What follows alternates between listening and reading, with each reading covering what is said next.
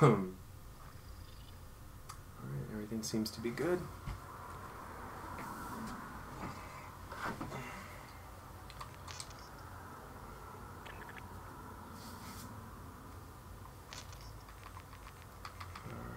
Whoop. No. Now let's see what.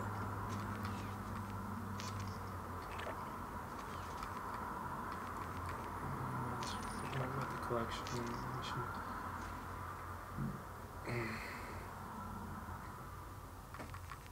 It's funny how there's no ERAD.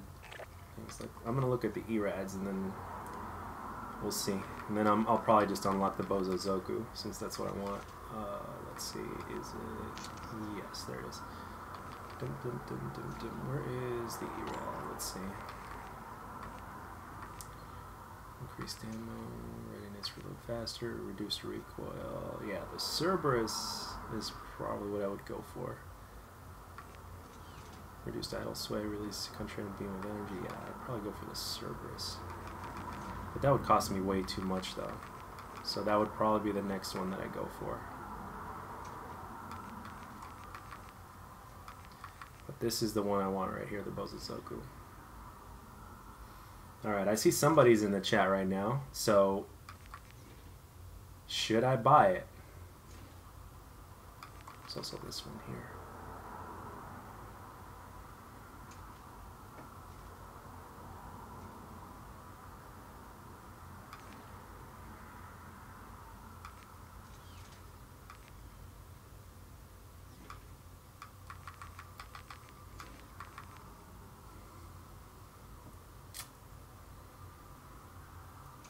Should I go for it? Eeny, meeny. It's that reduced recoil that's definitely got my attention.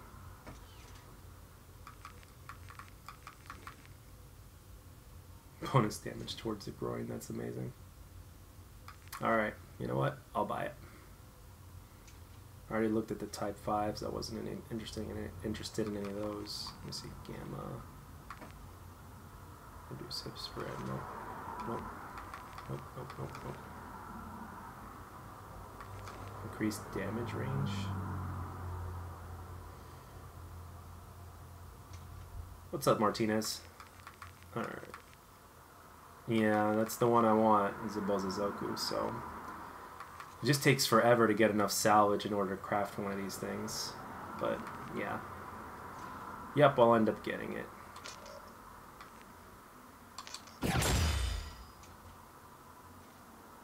You only live once, right? Alright.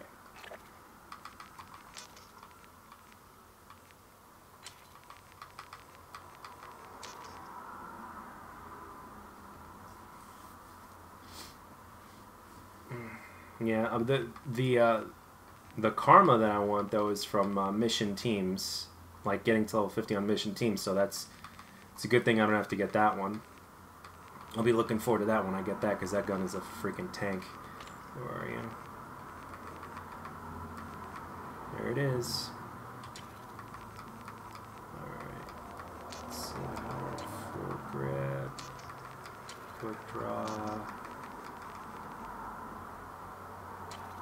Suppressor and rifle barrel.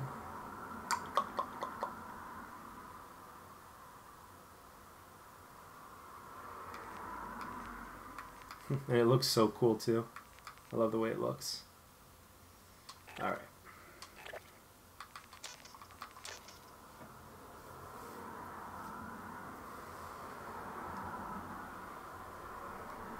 One of the things that Infinite Warfare did right with this game, or Infinity Ward did right with this game, is that there's always something to grind for. There's like always a gun to grind for that you can work for.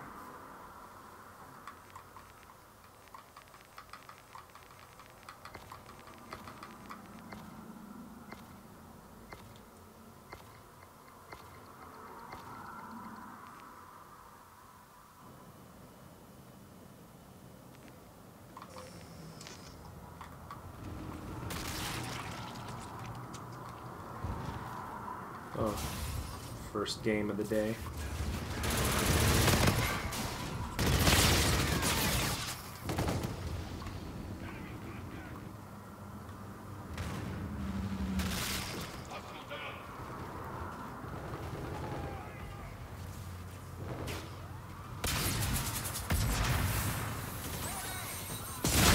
Huh! Really?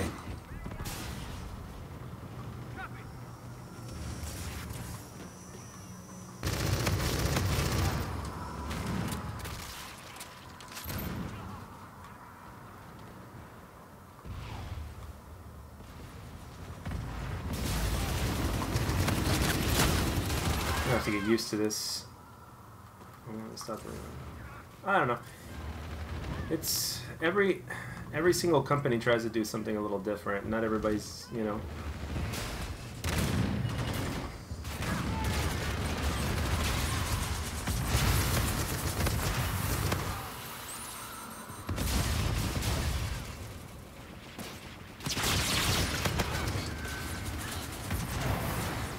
Gotta get used to this gun.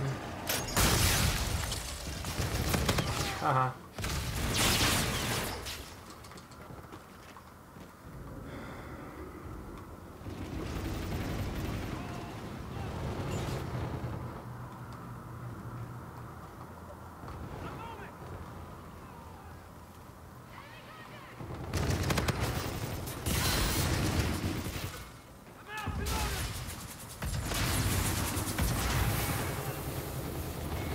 That's so annoying when they do smoke like that. Oh, I like this. I like how it has like so little recoil. Like I usually like to go for weapons that have either increased or infinite damage range or like less recoil. Like, I love that.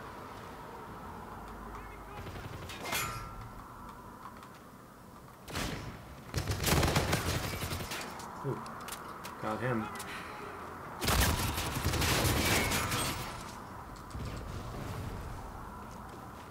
I've been using the Type 100 so much that I gotta get used to this one, but it shouldn't be taking that long, that's for sure.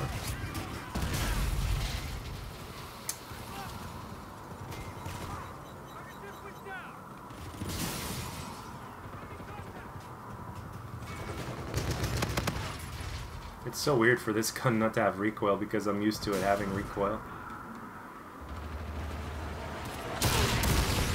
What? Oh, about to say, I didn't see anything.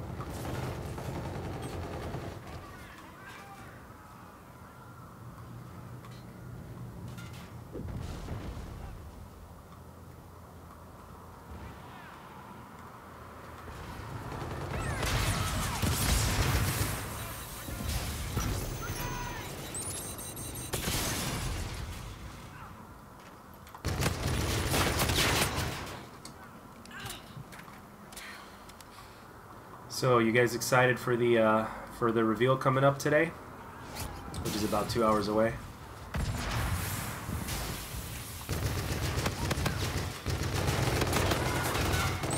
There was a few leaks in the middle of the night last night, like the box art and Battle Royale's been confirmed or whatnot. Did you guys know about that?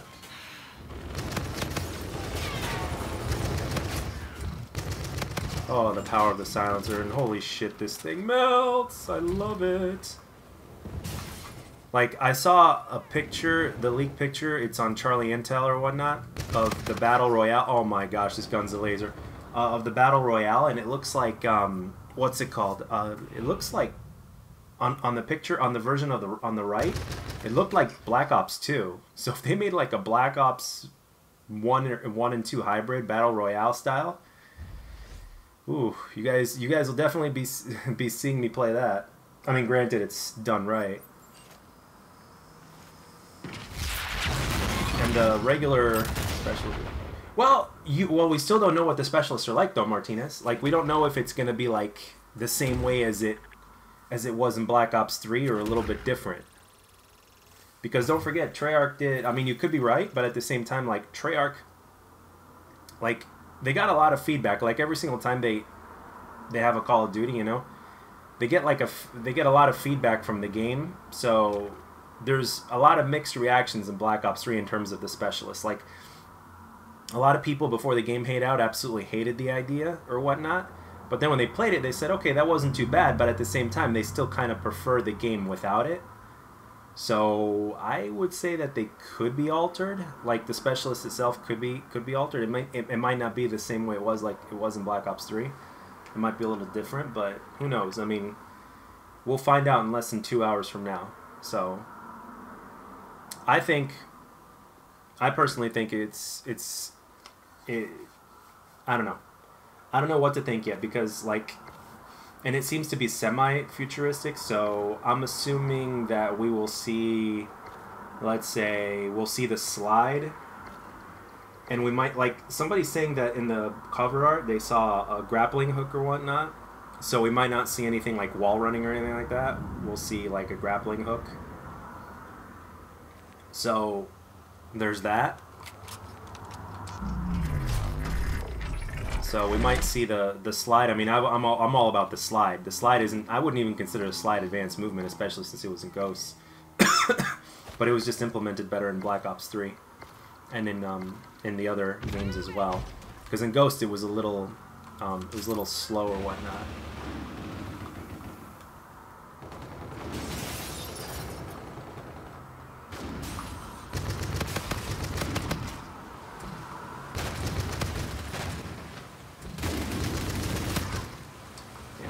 Thing. Whoa.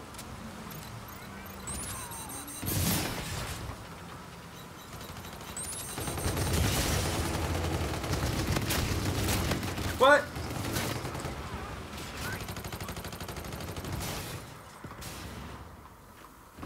Yeah, we'll see what it is. We'll see what it is.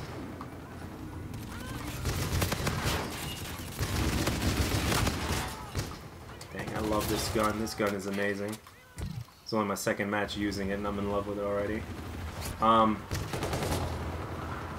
just really curious in terms of like what the gameplay is going to be like for the standard multiplayer, and then if they do battle royale right, you know, it's I don't know. I was talking to my my best friend earlier about this. He's like, well, they're not really known for being really good with their connection. It's like they have a hard time. They have a hard time being consistent with ground wars, so they're not hoping much for battle royale. And I'm like, well, rumor has it that a different development team is making it. And he's like, yeah, that's just what they need, another development team. They already have too many of them, so.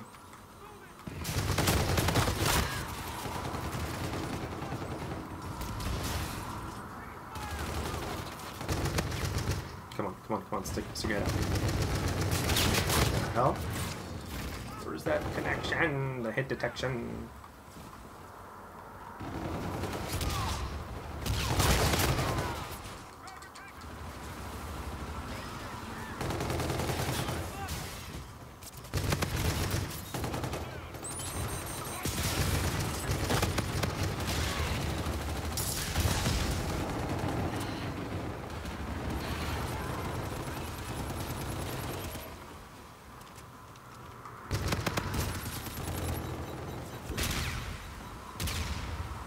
It's gonna be on their official. They have the link on. Hold on. Well, I think it's on their official website, and they also just posted a link today on. If you look at, if you go on Treyarch's Twitter, they posted it. So.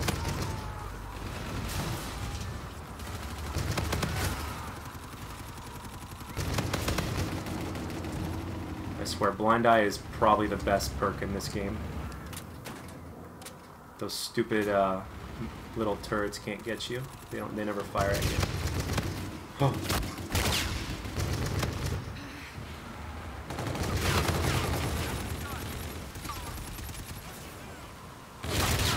Damn it! You would turn on your specialist, wouldn't you? Yeah, I mean, I've got mixed feelings about specialists. I personally prefer the game without them. Well, okay, let's put it this way. They can. I don't mind specialists as long as they're non-lethal. Because the lethal specialists take little to no skill to use, and they add another layer of randomness to the game. But that's just my opinion. Because Call of Duty in and of itself is random enough. So.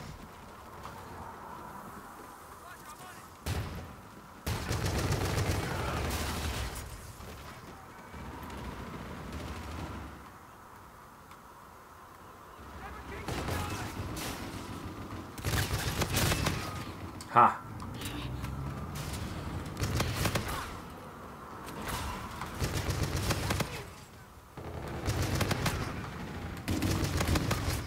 Oh, that silencer, baby.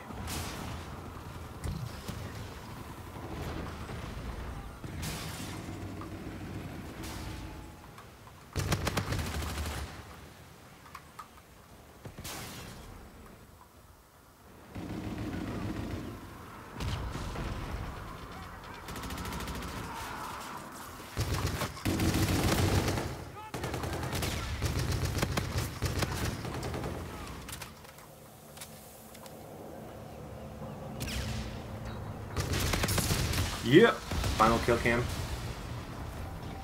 Final kill cam. Yes, yes, yes.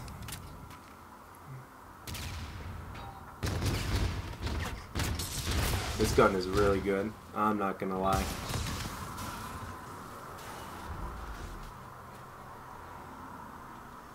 This gun feels really good.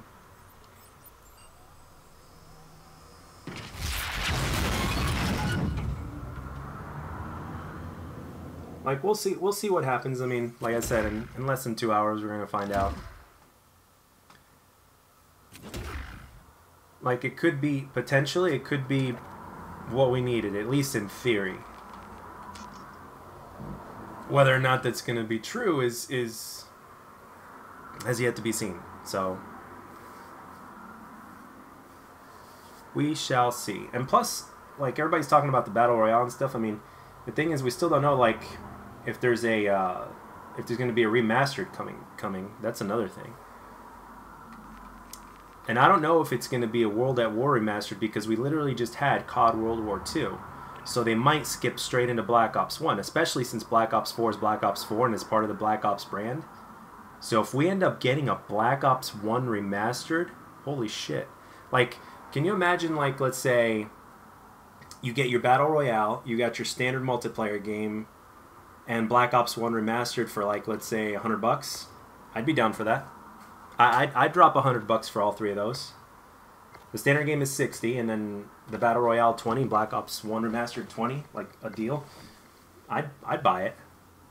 And I swear I don't know a thing. I'm just speculating. So if that ends up being the case, I swear I did not know anything. But you could always tweet at them and say, hey, that I called that out and that my speculation was correct. But that's what I'm thinking when it comes to all this. Like, yeah. Hello, how are you doing, sir? How are you? I'm too small of a channel, so I guarantee you that person probably doesn't know me. Whoa. Okay, he's probably going this way.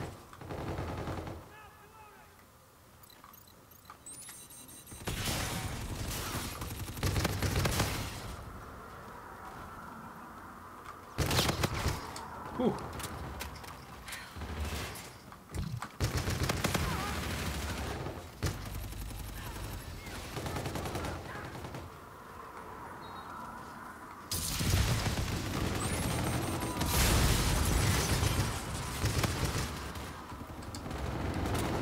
Wow, they're all chilling in the middle. Don't do it, Jack. No matter how much you want to do it, don't do it. See? There it goes. I did it. Found myself playing Black Ops 1 until early 15. Yeah, I don't blame you. Well, Black Ops 1 is a great game. Black Ops 1 pretty much put the series where it's at today.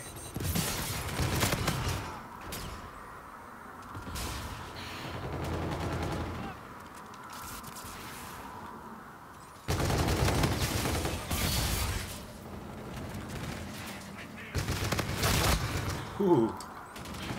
Whoa.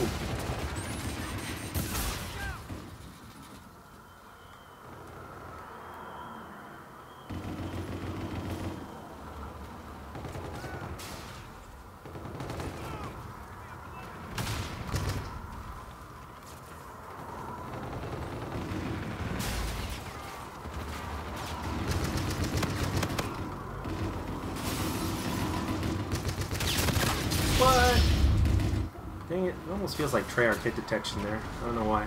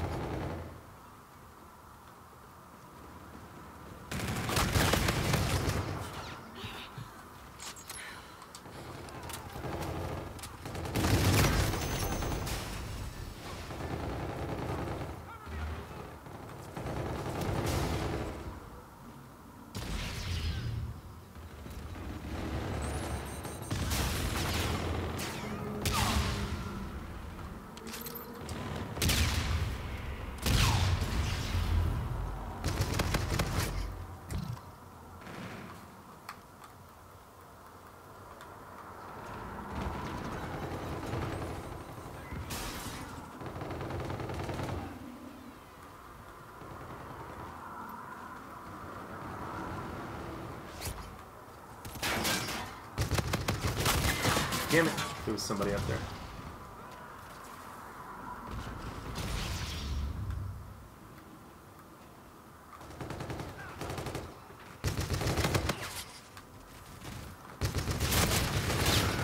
Damn it! Oh yeah, that's right. That red thing is like bonus damage to the groin. That's right. I gotta stop aiming. I gotta start aiming at the groin. Shit.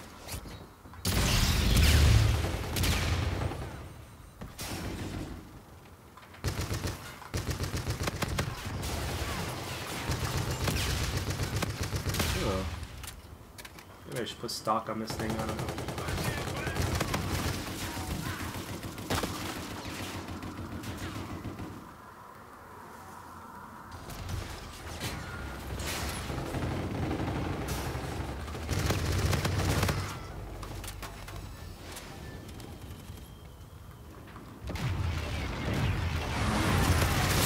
Oh, come on, you had to do that.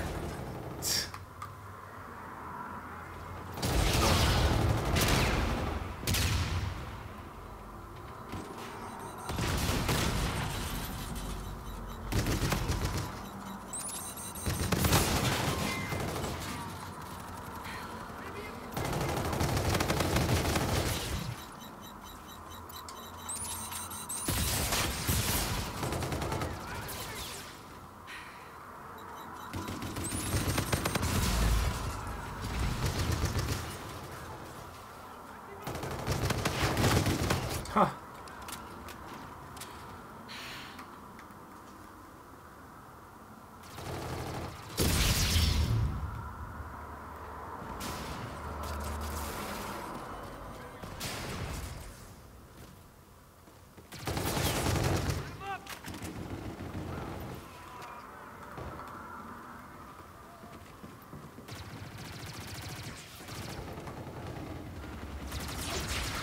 Maybe 4 and 5. Not too bad. Not too bad.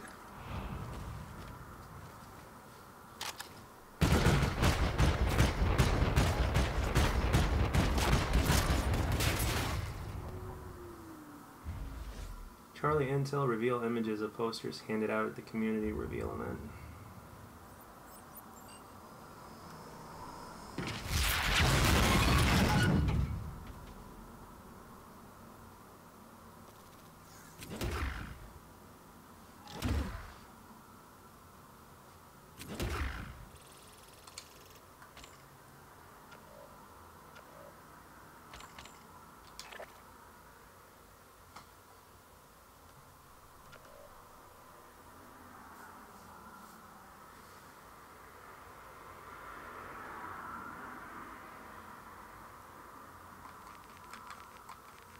Yeah, looks like those leaked images that came out like late last night are true. Because those posters were spot on.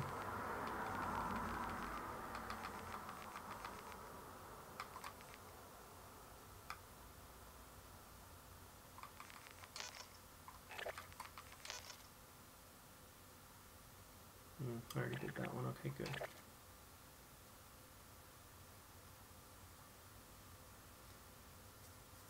I gotta change my payload. At least I think I gotta change it.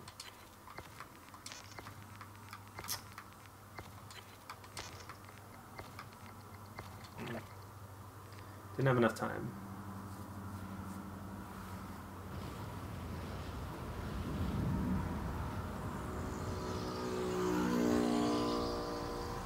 Well, we'll see what happens. We will see what happens, that's for sure.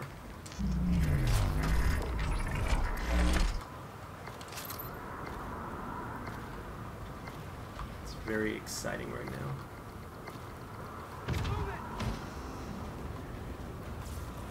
Everybody's thinking that Treyarch's gonna fuck it up, and I don't know. We just don't know.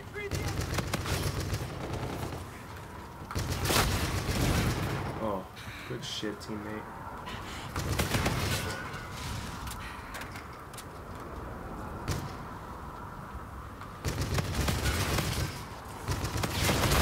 Ah!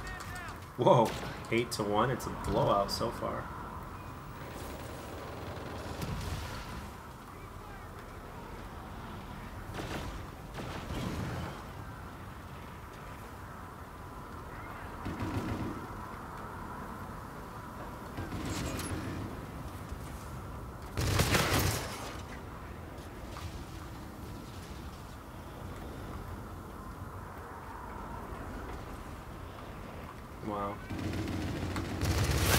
Damn, even with a silencer, this thing melts.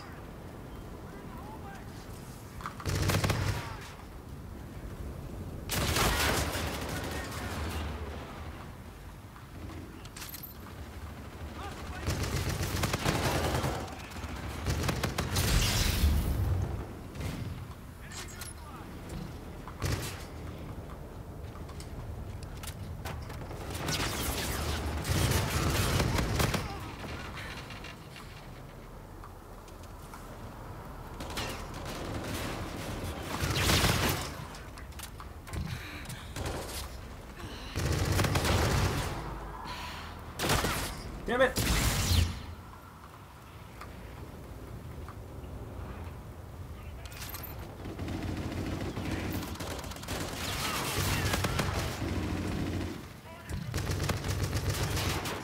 Nope, nope, nope, nope, nope, nope. Will not contest, will not contest. Run away, run away.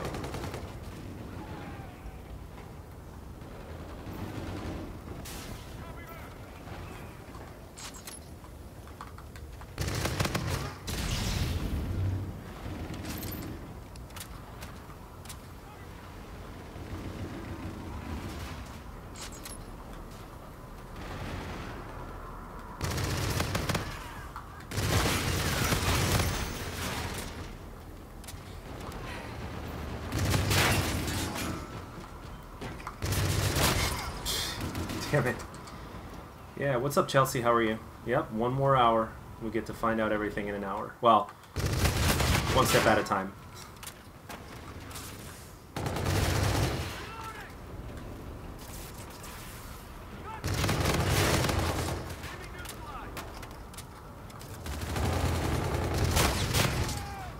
Damn, this gun freaking melts.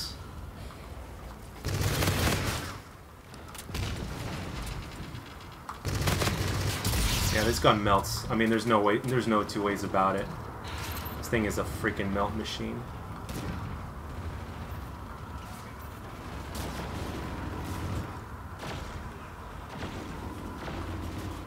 I'm overstaying my welcome. I better move.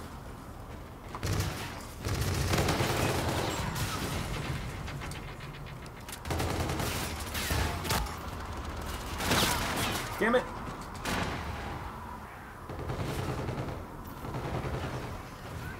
Well, there's so many... well, everybody's already speculating so much from the box art, but... Battle Royale has been confirmed, which is, you know, good. Like, from the picture that I saw, it looks so much like Black Ops 2. Black Ops 2 and Black Ops 1 mixed, so... If it plays that way, I'm all about it. But we will see.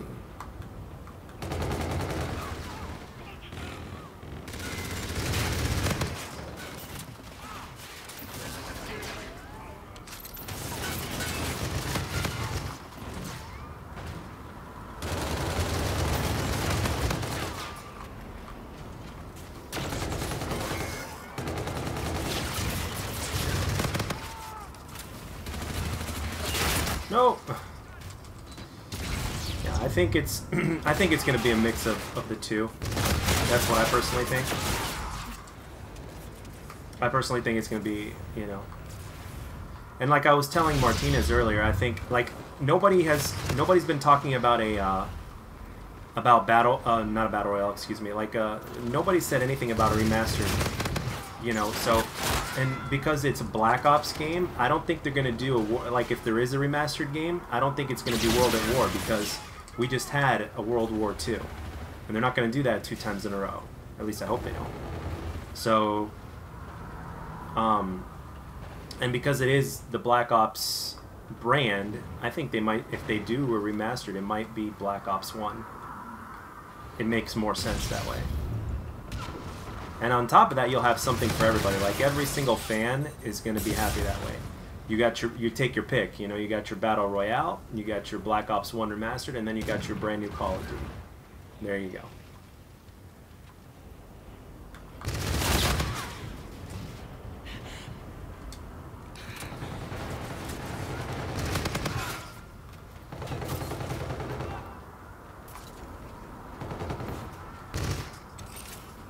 Come on, let's give it up.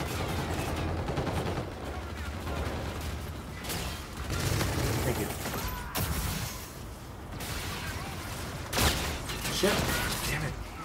Hate it when you do that. Yeah, I think a lot of fans would be happy if Black Ops 1 got remastered. Like, if Black Ops 1 got remastered, everybody would probably shit their pants.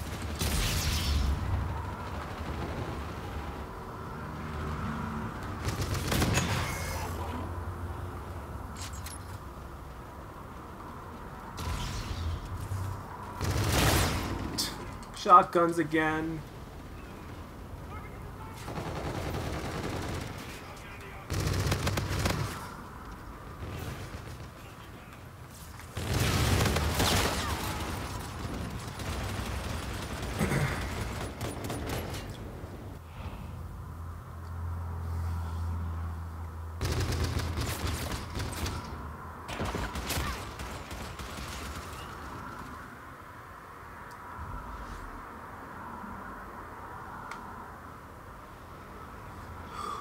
Yeah.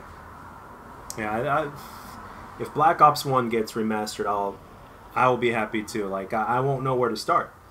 Like, I won't know what game to play first. I probably, to be honest, I might have, you know, my following here on YouTube pick for me, you know, or, you know, on Twitter or whatnot. We'll see. We'll see. Another thing is weird now is that I also have a PS4, so I'll be able to play the beta more than once to get a feel of the game and all that kind of good stuff.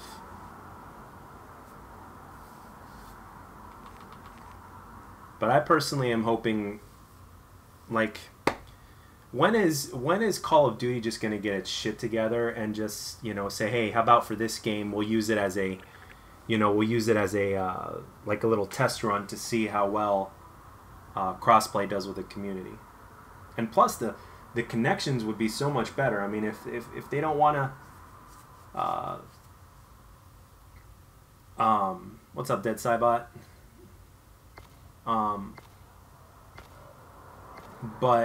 Like, if they don't want to get dedicated servers, like if they don't want to get full-on dedicated servers for Call of Duty, it's like, okay, well, at least what you can do is meet halfway and say, hey, we want crossplay. I know that Xbox is all about crossplay. I'm already well aware of that. And that's not me taking sides or anything like that. I mean, I own both consoles, you know. But plus, it doesn't just have to be Xbox and Sony. Activision has to say yes as well. Everybody has to say yes, and everybody obviously has to make a profit out of it. So, but crossplay is something that needs to happen. Like, seriously, like, it just shows how immature, you know, companies are when you don't have crossplay already. We're in 2018. Let's make this happen, folks. I know everything is a competition, but every once in a while you gotta team up with your rivals to make things happen, you know, because the community ultimately is what makes you successful. What the hell I did there?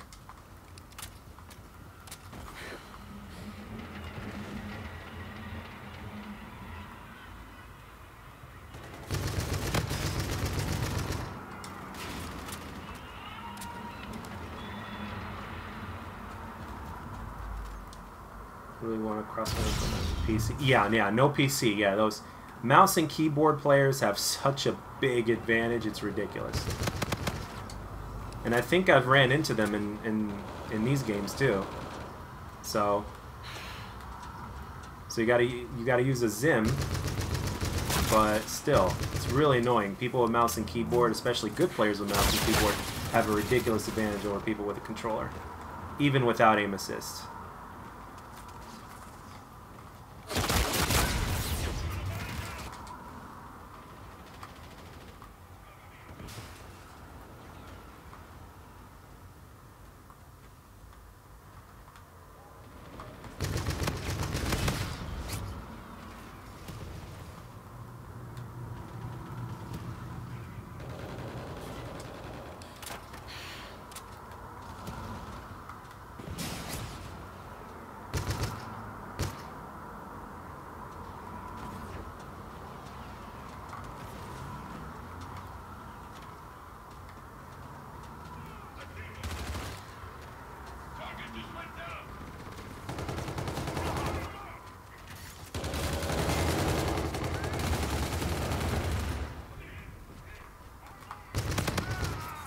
thought I saw you over there.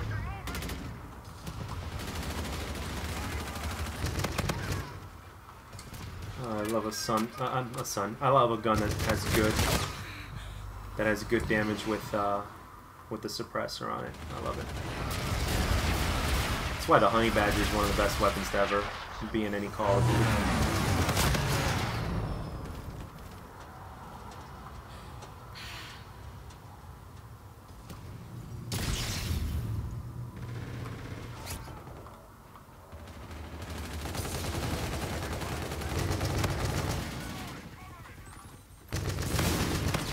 Lucky for me, that guy can't snipe.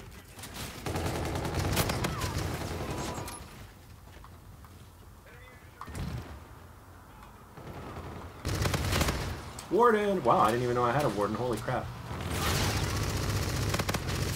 What?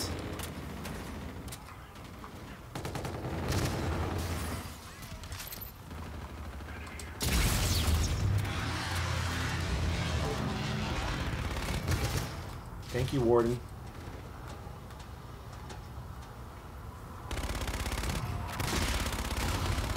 Advanced UAV.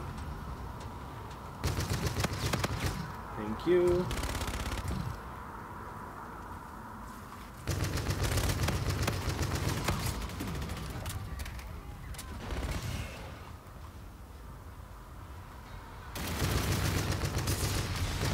Oh wait, that's my that's my teammate. What the hell am I doing?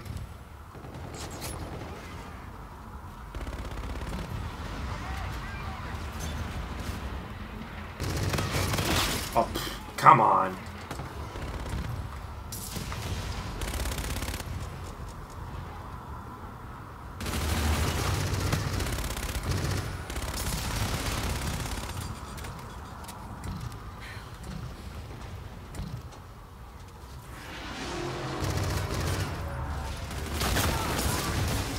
Rushed a little bit too much on that one.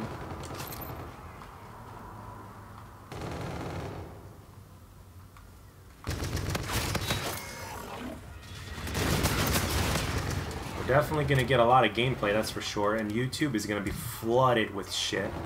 Well, not with shit, but with information about all this.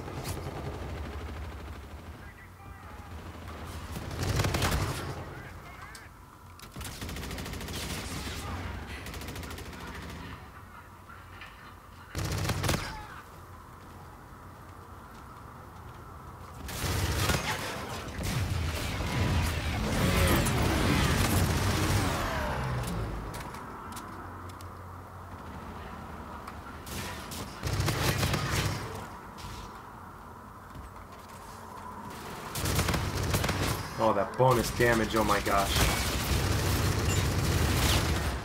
That bonus damage to the groin, holy shizit. 34 and 5.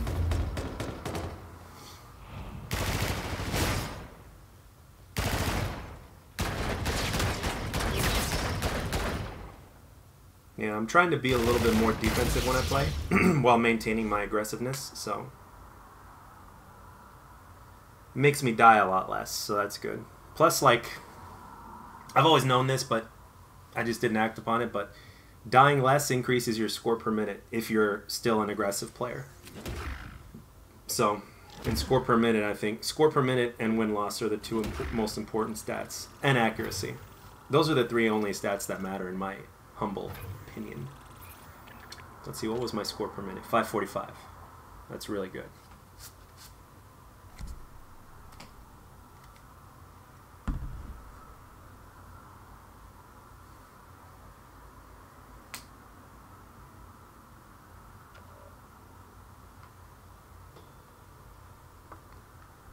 Gotta go grab some cashews. 1 second.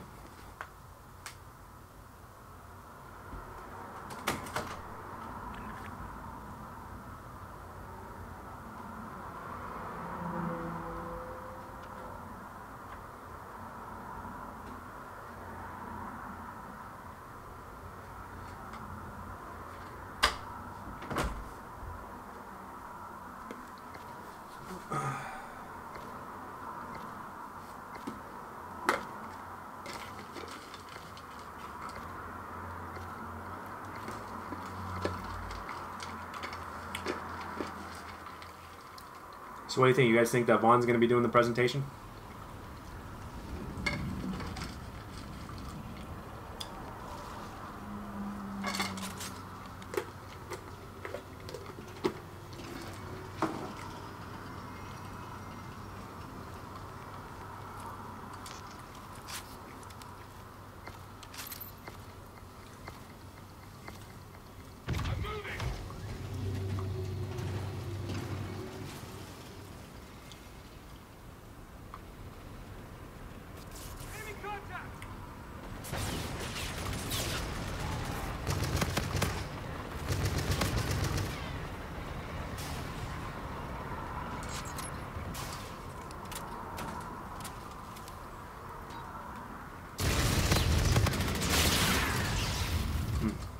It's like having Deadeye.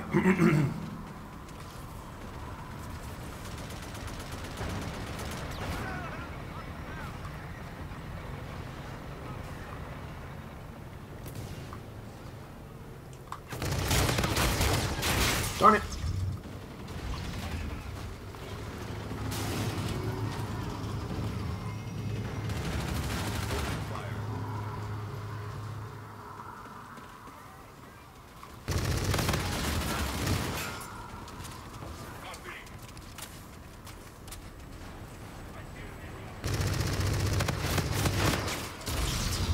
That so reminds me of Deadeye, holy crap.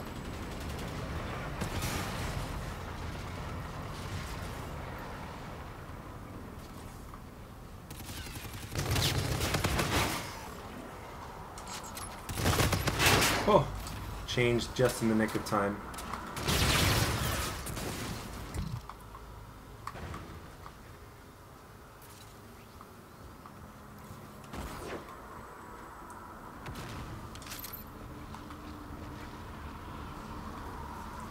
What the?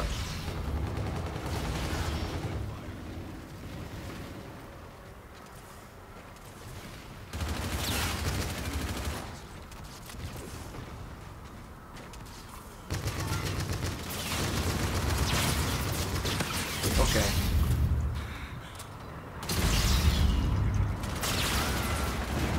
Thinking about putting it.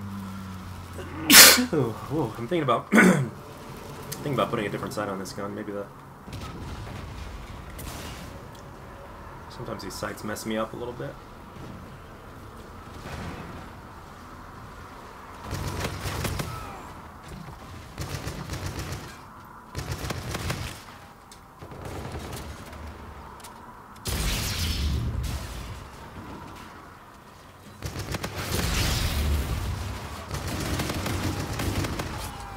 Go.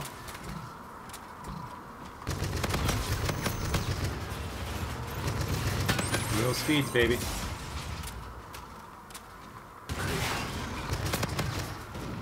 Warden!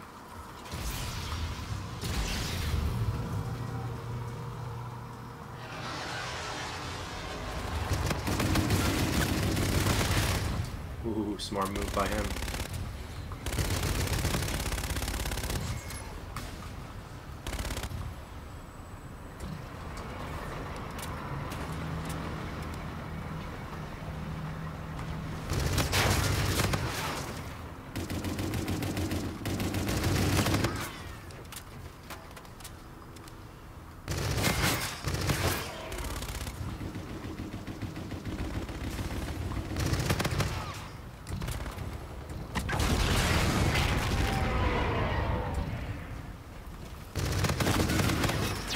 Damn it! There's another guy there.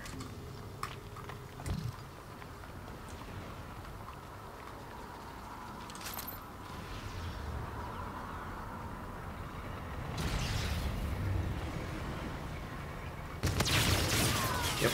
I knew I shouldn't have done that, but I'd do it anyway.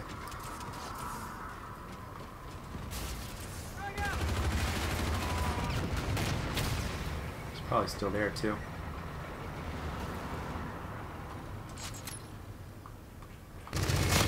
What? At least one of those guys should have died, but alright.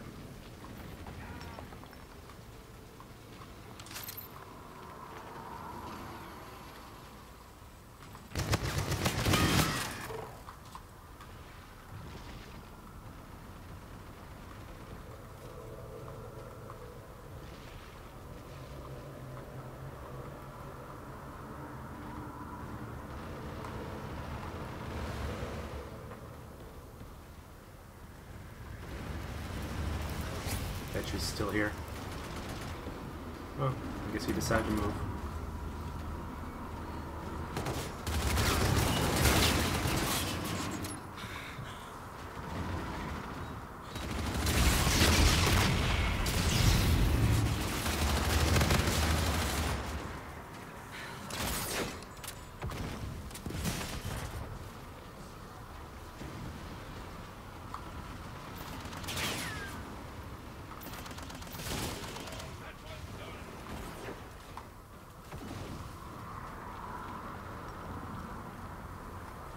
Where's everybody?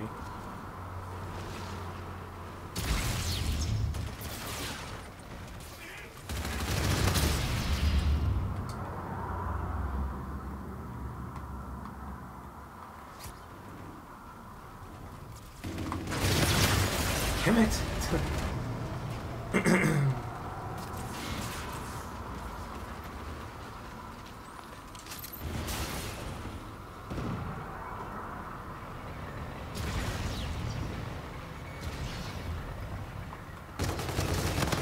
Oh, I bet you're wondering why that's not working, don't you?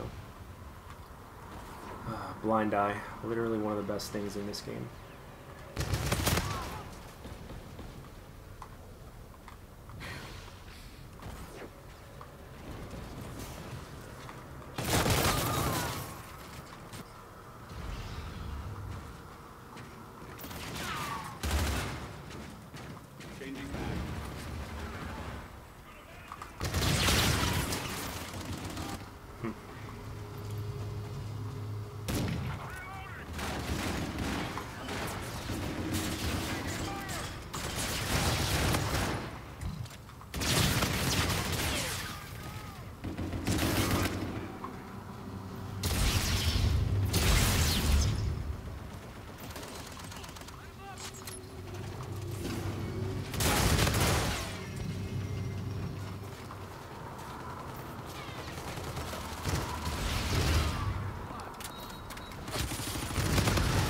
Huh.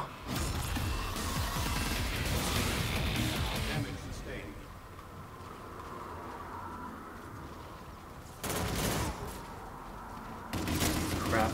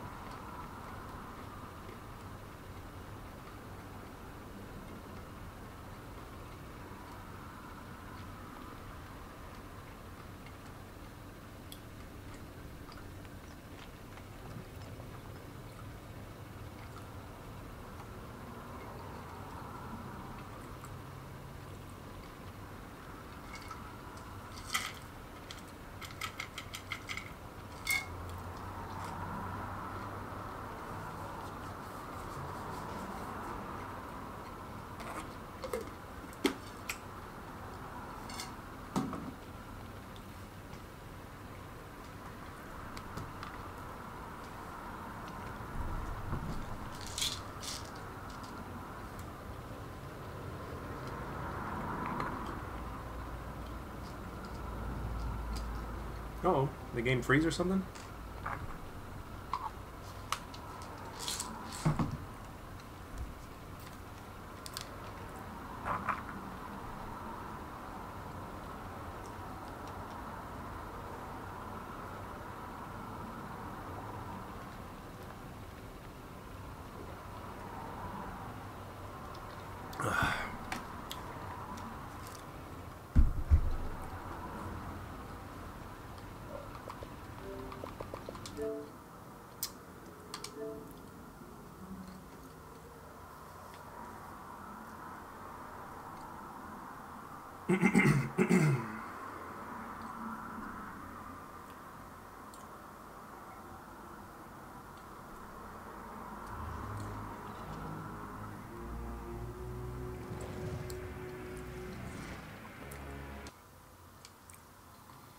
One thing that I am expecting, though, that there really is no excuse for,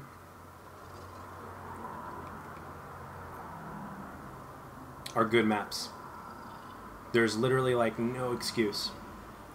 If the maps suck, there's like no excuse for that.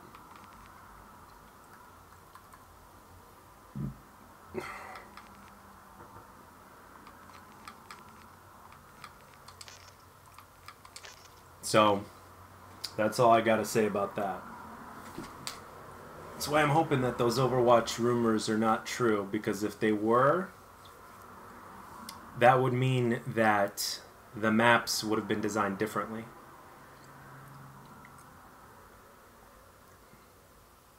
And with all due respect, why would you copy Overwatch? Because A, it's such a different game, and B, it's not that popular. See, the Battle Royale thing I understand, because everybody and their mom is playing Battle Royale, except for me. So, that I understand. But literally, if they give us just a new Call of Duty, and then the Battle Royale, and then a remastered Black Ops 1, there's literally something for everybody. And like I said earlier in the stream, if they have like a $100 bundle for that, I'd buy it. I'd buy it.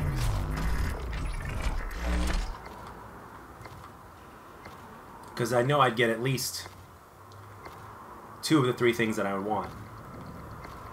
And if Battle Royale ends up being good, then that would be 3 things. So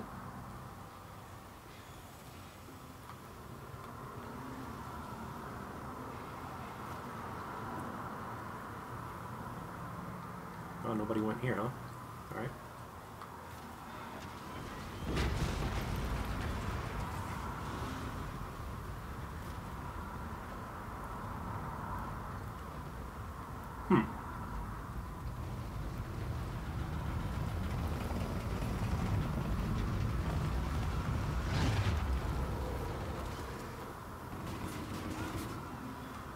If all 3 things are solid, then we're in for a really, really good year.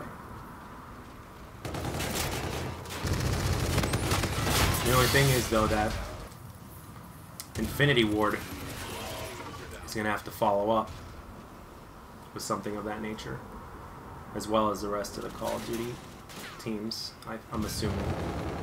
So I don't know how that's going to play out. My goodness, what is up with this?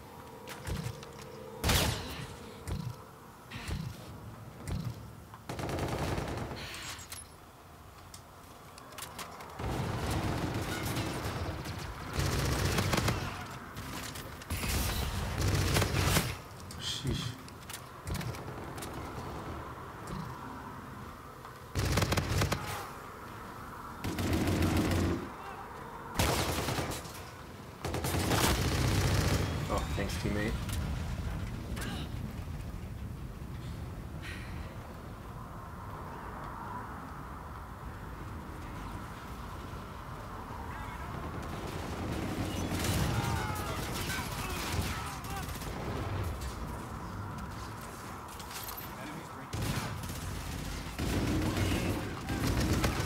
Warden! Advance UAV.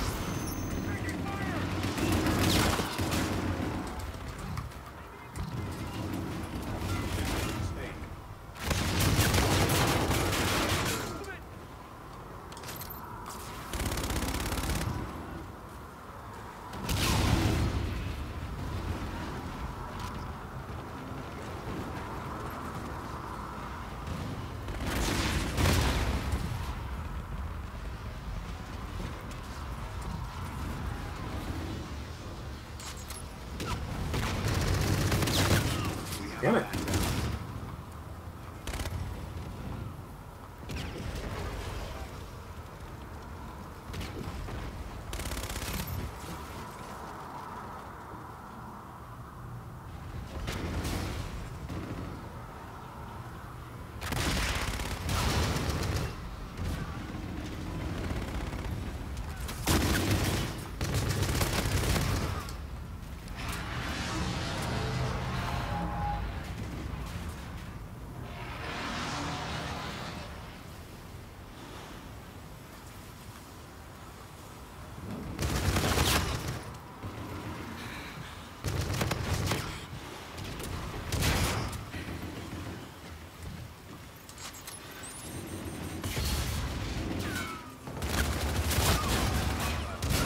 These guys are everywhere. That makes sense.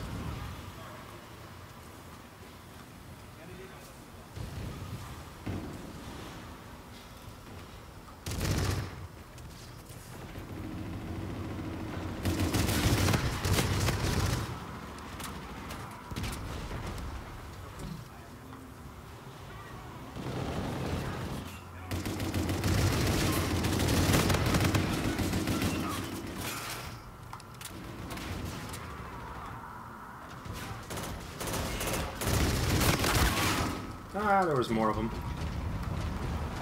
Oh crap, I called in a UAV. What counters UAVs up? Noob.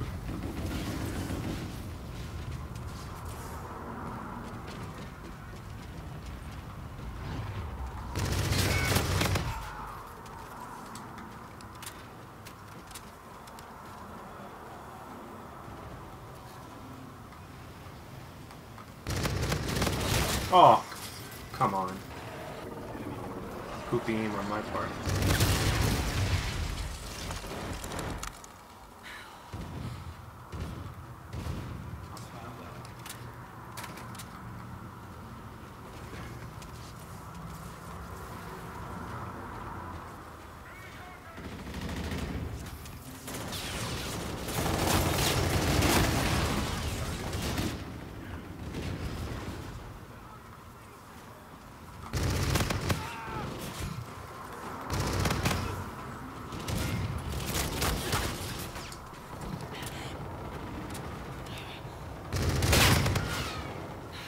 Lucky for me, he missed.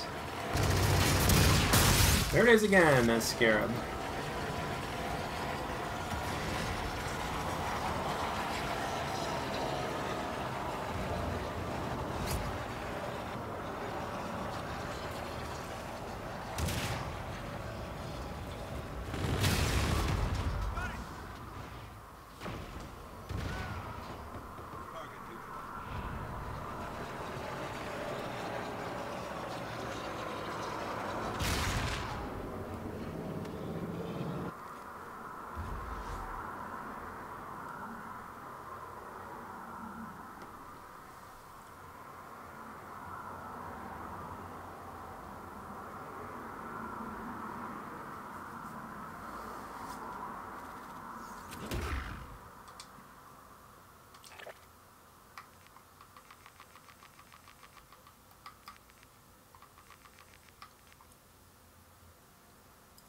Alright, we're officially 1 hour away.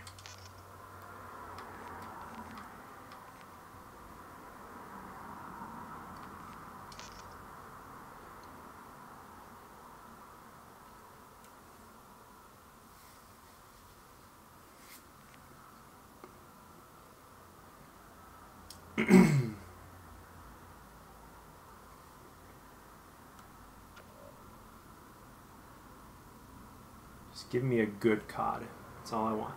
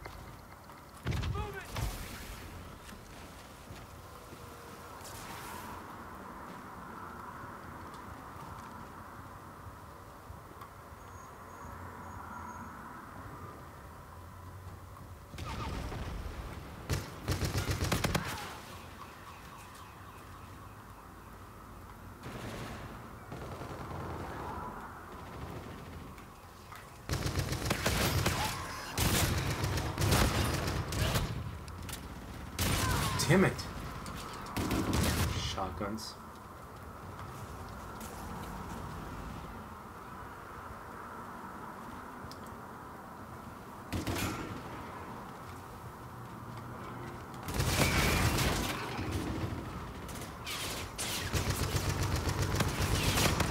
No aim assist that time, go figure.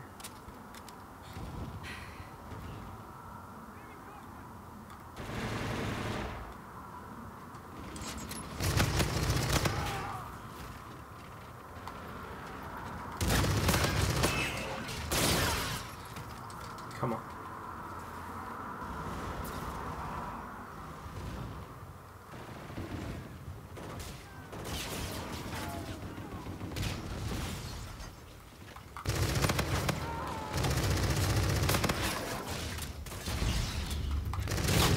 I knew it. As soon as I saw that guy walking towards me, I'm like, yeah, unless he doesn't see me for whatever reason, I'm dead.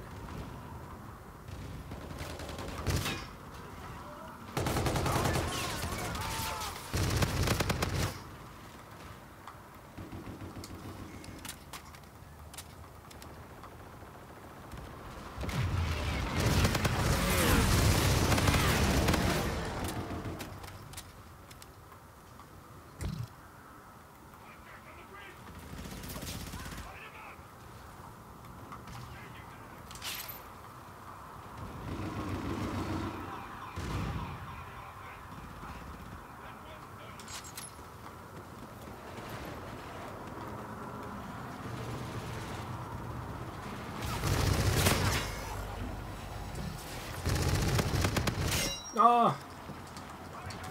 Of course, a guy with an axe.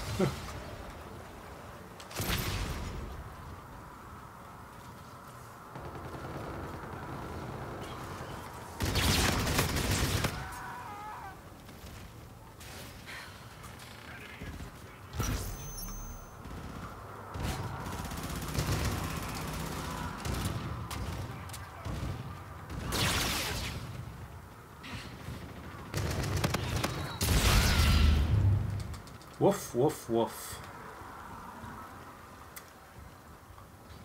Is there anything in particular that you guys are excited for the most? Dang it, you can't escape those kind of shotguns. It's so ridiculous. And it takes no skill to aim with them either.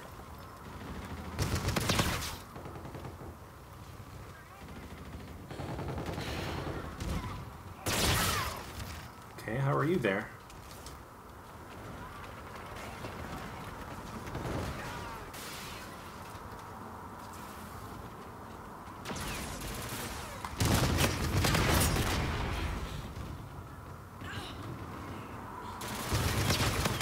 I saw you there from earlier.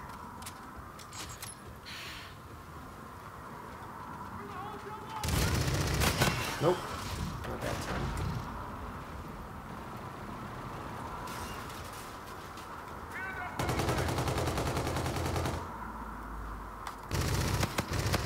Oh.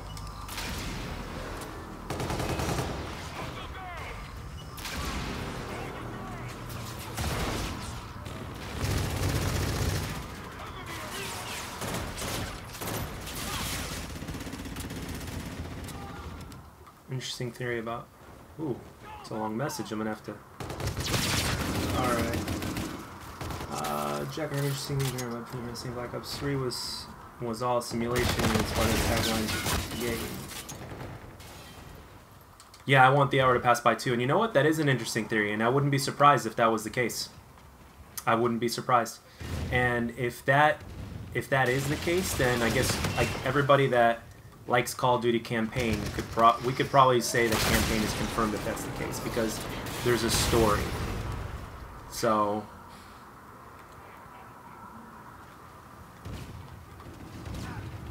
I mean, it's a hell of a Thursday, I'll tell you guys that much. Between Deadpool 2 coming out, tonight at midnight, which I will go to see, and this, man, days like this are what it's all about.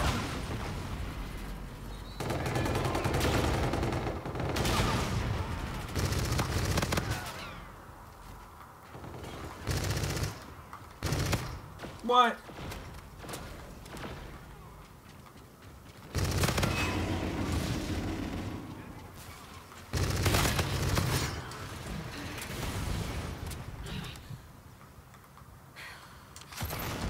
Yeah, if that's true, Kasuko, if that's true, good to see you, by the way.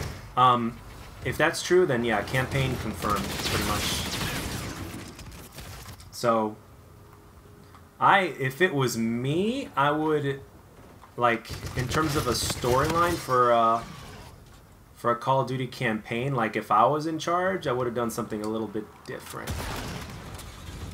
Like, I'm not even a campaign person, I'm a multiplayer guy, but I can tell you that if I was in charge of the campaign, I very well know what I would do. Like, and I think the fans would eat it up as well. Because everybody's crazy about...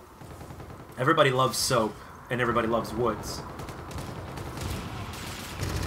So... if the bad guys like Makarov would end up teaming up, like in my version, it would have been like... Makarov would have teamed up with the bad guy from Black Ops 1 or whatnot, and they would have... And they would have called... And Soap would have had to team up with Woods. And there you go. Like, you could have, like, all the main good guys and bad guys teaming up, and then all of a sudden that would make the campaign so compelling. It's like, okay, we love these characters, so it's pretty cool having them team up. That's what I would have done.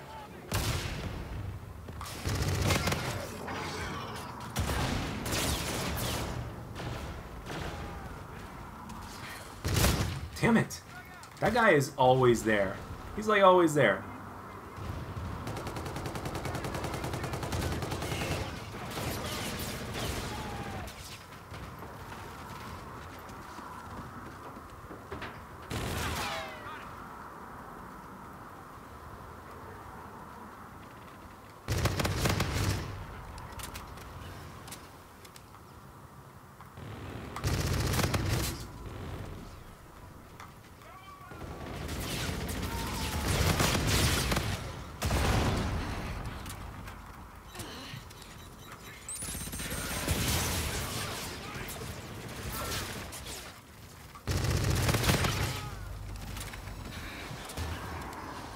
Yes, I did. I did. Oh, clutch! I didn't know it was a 1-point game. Holy crap. Clutch, baby. But yeah, I did hear that they dropped Formal and Karma. There's so many rumors behind that, but like I know of the Cayman, excuse me. I know of the competitive league, but not as much as other people. But I did hear about it, and it sucks, you know, because Karma is such a really good player. Like, but I don't know. Maybe it's just you know. I think I saw a video to where, according to Karma, I guess he and Scump don't get along. So, I'm assuming that plays a reason why, so...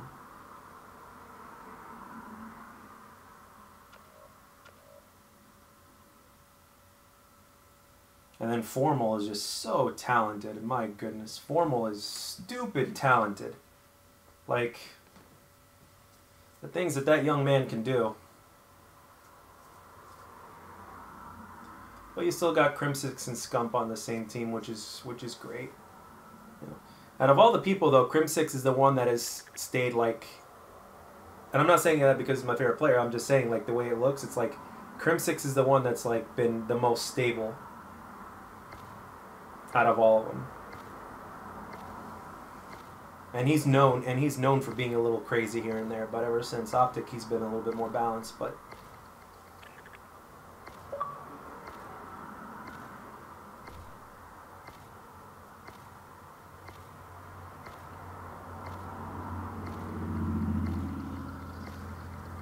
Yeah, a lot of fans are very yeah.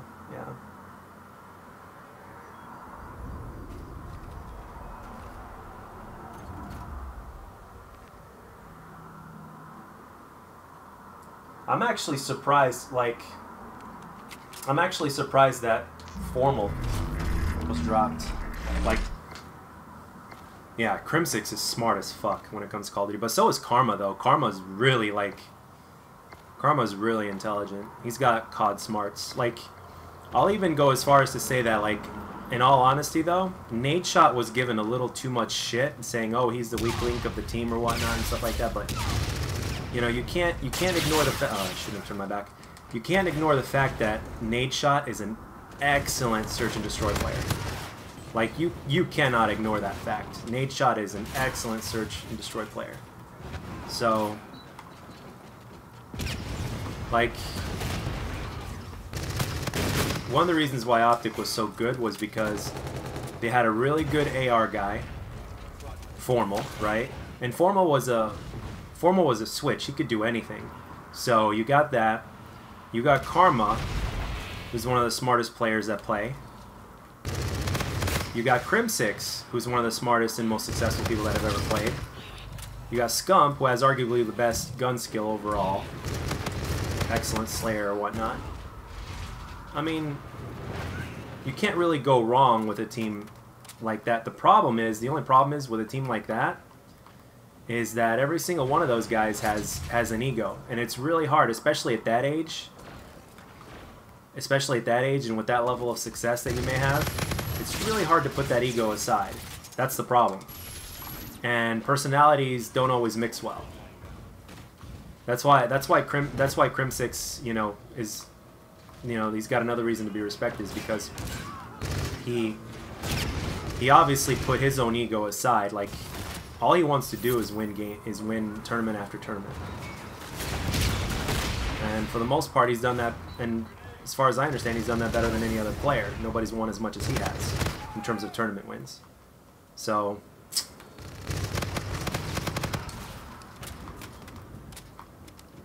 that's the problem, is the whole ego and personality thing.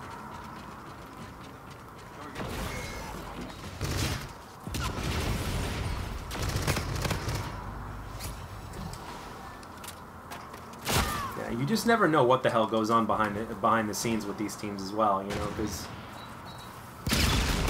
just like everything else, you know, you're not going to know everything. You know, fans are not going to know everything. All we can do is speculate, you know, and unless you hear it from the horse's mouth themselves, you know, you can't really...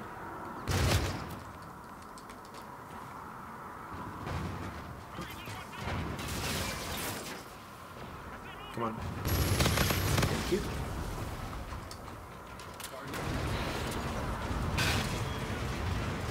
Like, why didn't Formal want to be on the team anymore? Like, was that just by default, or was it because of the drama that was going on between the guys?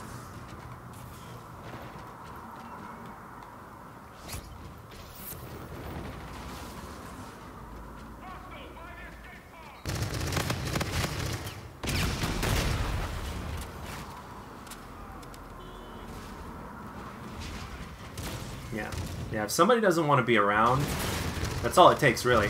That's all it takes. It just takes one person to not want to be there anymore to ruin the whole thing, unfortunately. You know, and you can't force somebody to do that. Like, sooner or later, they're gonna break down. You know.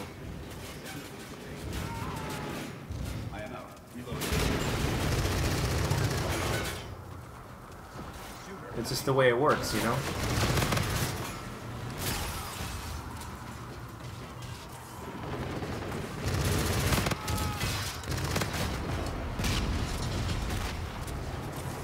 Yeah, it sucks. Everybody was expecting them to win, like, every World War II tournament.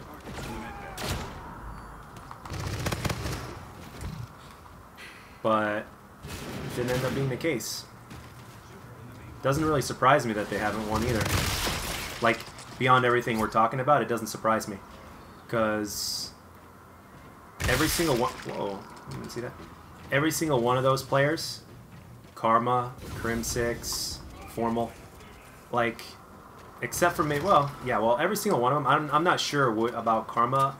I know he struggled in Advanced Warfare, I know that. But every single one of those players are Slayers. And World War II, the way it's built, you know, Slayer is always going to be great, but a game that's built like that requires a little bit more balance.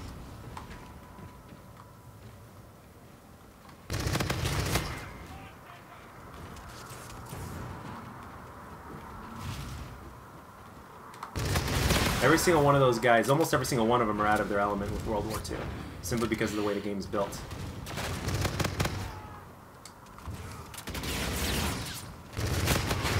So... I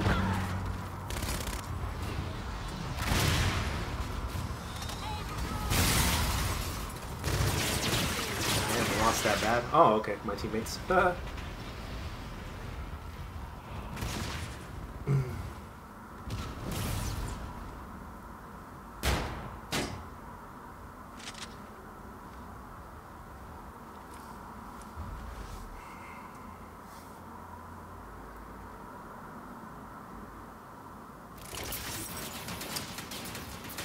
It just goes to show you that, like, depending on how a game is built, even the best players, you know, won't succeed like they used to.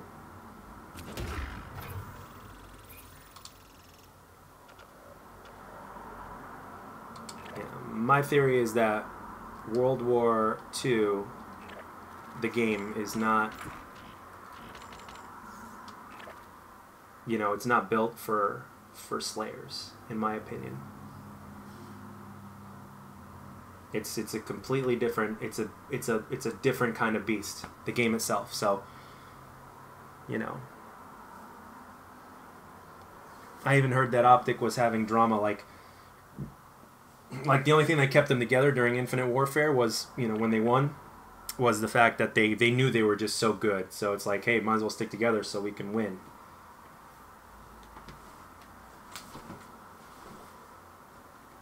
But all those guys are just so fucking good. Like, every single one of them is just so fucking good. Like, such good players, such talent. You know, it sucks that they're not together anymore, but, you know, how much longer can that last? So, it is what it is, man.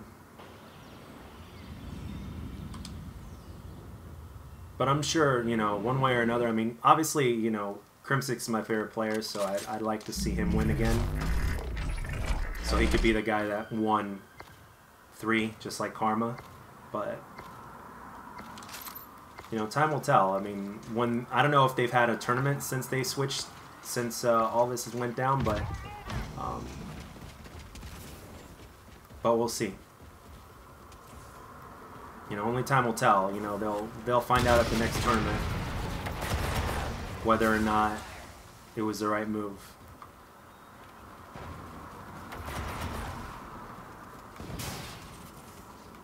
I think they should have stuck it out, personally speaking. Because we got Black Ops 4 coming, and every single player, including the pros, are very happy when a Treyarch game comes out. Like, everybody was really happy when the last one came out, so... Which is another reason why this is such a huge day. Really big event for the community. So, it's huge. And I just hope that the pros... I just hope that the pros weren't, when it came to the making of this game, I just hope the pros weren't, like, disrespected in terms of making the game so different. And they can't do that, or else they're... You know, they're shooting themselves in the foot if they do that, because, you know, you've got the pro community, you've got the MLG community, or whatever it's called. You got those guys, and you can't put those guys, you know, you can't give those guys a back seat, because they also generate a lot of money for you, and they populate your game, and, you know, they inspire more people to play, or to maybe be pro players, and all that kind of stuff, so... Oh, man. And the thing is, I also have, like, these guys, like, they remind me of me, like, when I was a martial arts instructor, okay, I sacrificed, money-wise, I literally sacrificed, like, almost all my 20s. In other words, from age 20 through 27, or just before age 20 to 27, like, I literally sacrificed, like, everything to hope that one day I would be, you know, making more than just $300 a week doing that kind of stuff, and then having a career at it, and then having my own place at this point, but it just never got there. So, and I invested a lot of my time, my energy, and my skill, and then all of a sudden, you know, it's like, after all that was said and done, it's like, hey, this isn't for me, you know what I mean? So, you know, or this isn't the way I want to go necessarily. It's, you know, so I kind of, in that sense, I kind of feel, because these guys have put in a lot of time, they've invested a lot of energy into getting good, and, you know, they're passionate about the game, and then all of a sudden, if Treyarch makes a Call of Duty that's completely different, that doesn't even feel like Call of Duty anymore, that's like a big screw you to them. It's like, yeah, we appreciate what you did, but yeah, we're going a different direction. Hey, it's just business, it's not personal. It's like, well, yeah, in a sense it is personal, because it's like, you know, the pros did what they did everything, and then all of a sudden you got that going on. So that's why I mentioned in one of my in my videos that, like, if it was gonna be completely different, it's like a big screw you to the pros, and, you know. And what these young men do is not easy. You know, it's not easy being the top 1% of the game that you play, no matter what game you play. If you want to be a professional, you got to be in the top 1%, and that's not easy. That is not an easy feat by any means. So,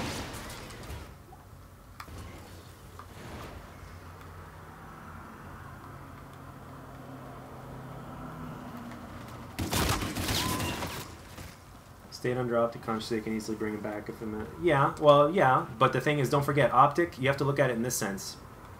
Even though he may not ever play again, because there's a possibility that he may never play again, you got to look at it this way, man. It's a business move, because at the same time, you know, he's got a family to support, he's got himself to support. You know, you gotta keep making that money, you know, and it's not, you know, you have to keep making that money, because, you know, it's what keeps food on the table. It's what makes you pay your bills and all that kind of stuff. So you gotta take that into account too, you know. So, and Optic is a good brand to stay under. Like, seriously, it's a good brand. It's a money generator, and and at the same time, Optic has a lot to gain from him, even though he may not ever play again, because nobody's won as much as he has in terms of COD Champs wins. So, you know, you need people like that in your organization in order to, you know, to keep that reputation solid. Yeah, I knew I wasn't going to win a single one of those.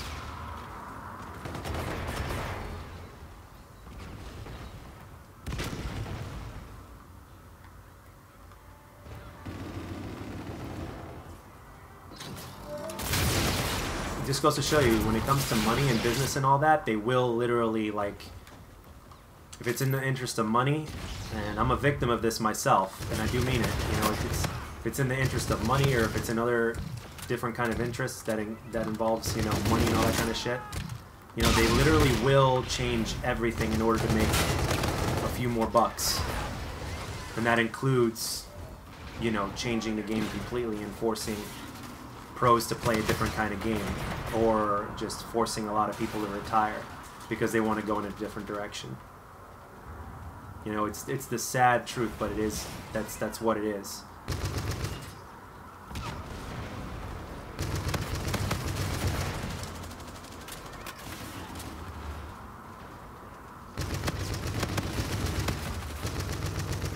Wow, hit markers, that many? What's up, Samurai? How are you? You know, we were talking about that earlier. I'll say this. I don't know if they're going to be in it, but I personally don't mind specialists as long as they're not non-lethal. They can do it. They need to do something, in my opinion, a little different instead of just a rehash of what we had before. A lot of people hated the idea at first, and they're like, hey, you know what, this isn't too bad. But then at the same time, I think there were more people that preferred it not being in the game as opposed to being in the game, because ultimately what it adds another layer of randomness, Because how hard is it for somebody that hasn't played Call of Duty before to get, like, let's say, oh, I don't know, let's say one of the overpowered weapons specialists, and just to activate it and just walk in a room full of guys and just blow them all away, even though they're all looking at him, simply because it's that strong. So,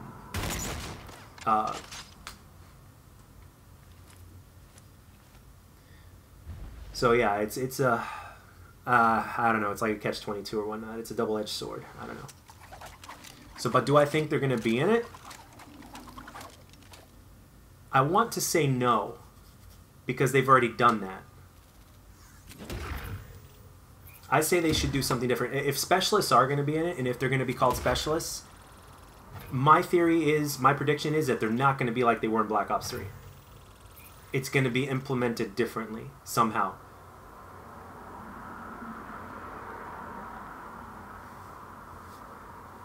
What's up? What's up, M8? I just started prestiging after a while, and I'm a prestige 4 right now, so I haven't always prestiged when playing this. I wasn't always fond of this game.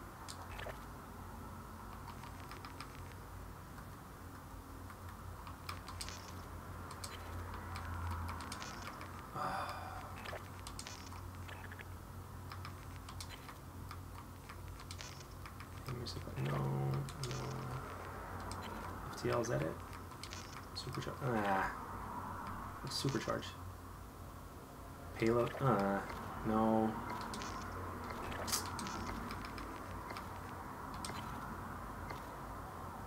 Like the claw here, it's really...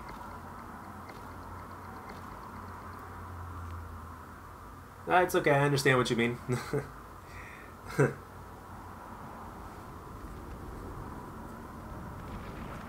Yeah. Yeah. I saw on Charlie Intel, I saw a picture of what Battle Royale might look like, and it looked just like Black Ops 2. But I don't know if that was just a photoshopped image, but it... Like... If the Battle Royale plays like Black Ops 1 and 2 mixed, and then you have, let's say, a remaster of Black Ops 1, and then you got the new Black Ops 4, it's like, dude, there's literally something for everybody. And if they bundle it for $100, I'll spend it. I'll buy it.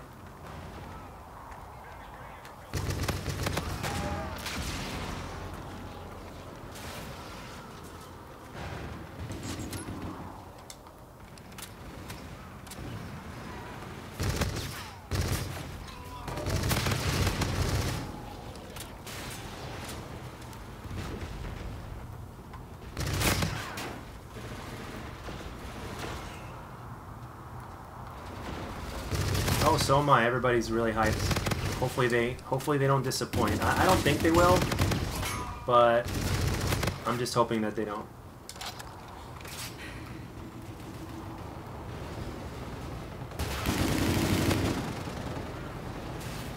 I think I saw him at the last second. No! No! Oh, you had to have a shotgun, didn't you? I don't go for nukes. I played too aggressive for nukes. I almost had a few the other day.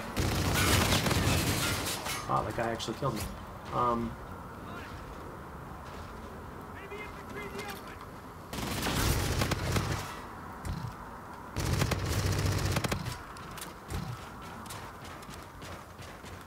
Nice.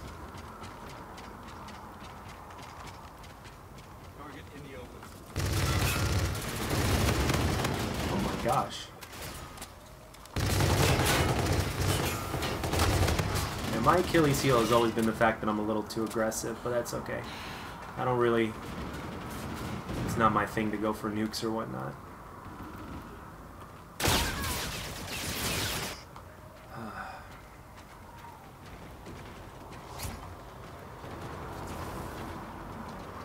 I'd love to get a 70 kill TDM though. Gotten close a few times, but...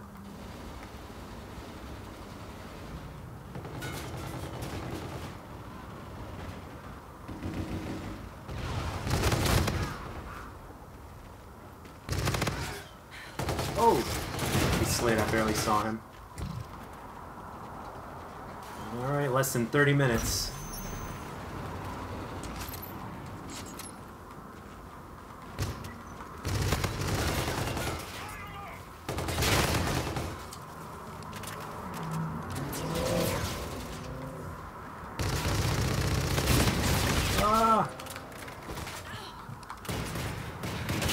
Thank you. I got him. Oh shit, I've got a claw. I forgot I switched my thing.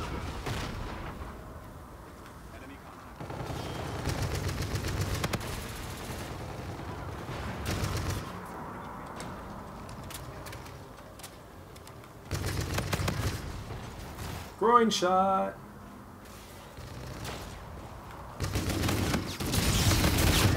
Oh really? Wow. Puzzle about the kills and deaths. Over 70 killing is just not possible in World War II. Yeah, no. Yeah, I mean I don't. See, that's the thing. I think they took the direction they took World War II in simply because a lot of people just do not like advanced movement in Call of Duty. So I think that's why they did that. You know, they made it super passive.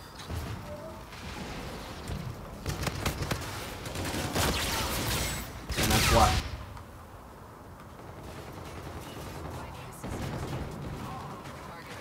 So pretty soon here I'm gonna,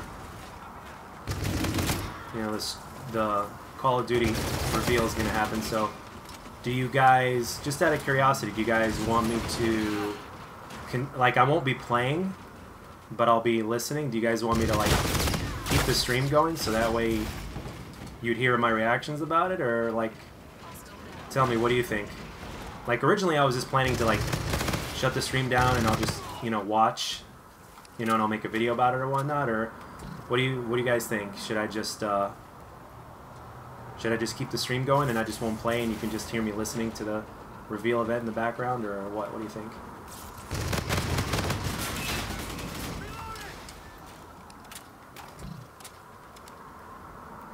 Oh yeah, I've got that epic raw class. Everybody's using the raw. Oh, I just bought the Bozozoku, by the way. Like, I literally just bought this today.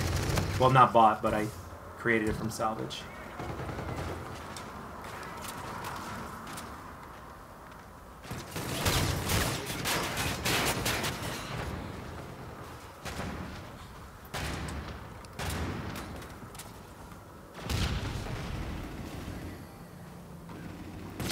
Ghost. He's got Ghost.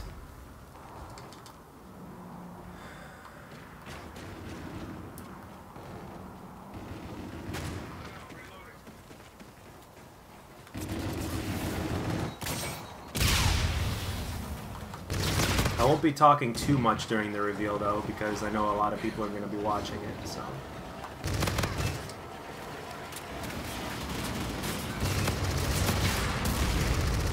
Oh, good. I was glad I was able to squeeze that one in.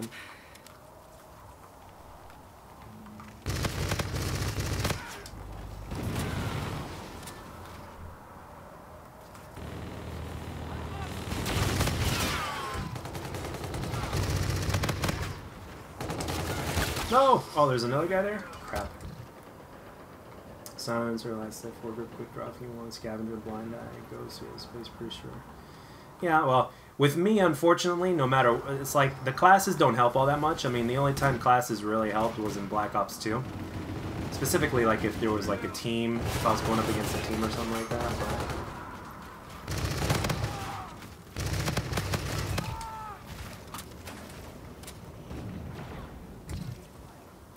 It's just that my Achilles heel, I mean, ask anybody who's been watching me for a while, my Achilles heel is always going to be the fact that I'm just too damn aggressive. I've slowed down a little bit, though, which has definitely helped in many ways, but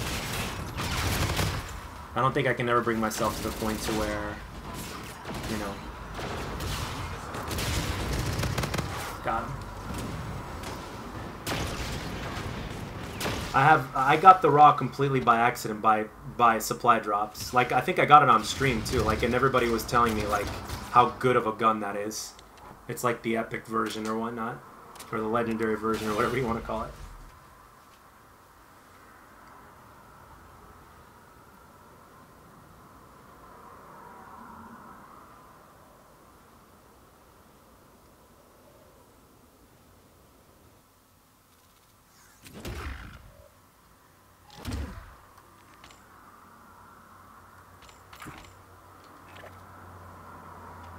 So yeah, as you can see, I've got the you know, I'm able to do stuff, but nukes, I guess, are not just built for me. Now, I can say, though, that if Black Ops 4 plays similar to Black Ops 2, watch out, because Black Ops 2 is like, you know, and if they bring back my AN-94, I will literally be like, I'll be like the Hodge twins. I'll be like, oh. And for those of you guys that don't know who the Hodge twins are, watch them. You'll laugh your ass off. Oh, thank you very much. Have a good day at school, man. Thank you for stopping by. And thank you very much for the sub and the like. I really appreciate that. You take care, buddy. Thank you.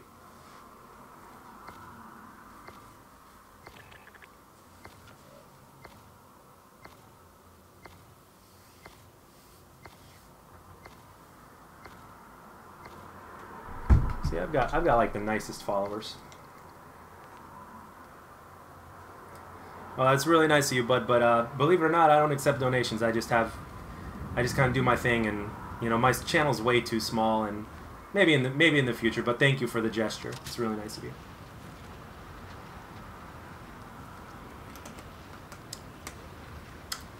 You know, Samurai, if there's anything like I don't go for them, but I have gotten nuclears. I haven't gotten one in this game. I got really close the other day, but the trick is to not necessarily go for them. Like playing as relaxed as possible is like part of the trick.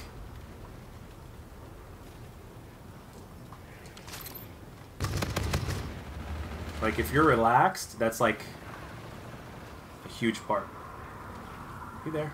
No, he's not. Oh, I'm out.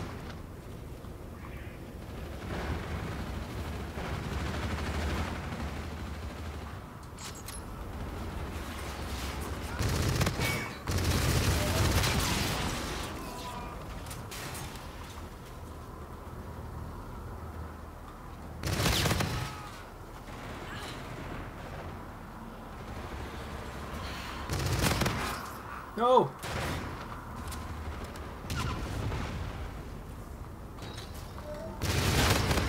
I'm out. I'm out. I'm out.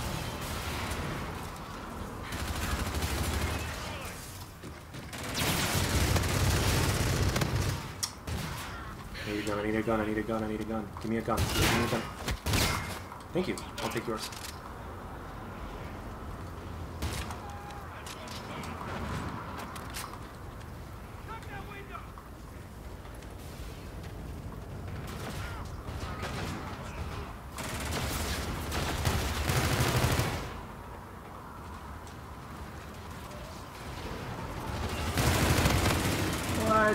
Hit marker galore over here.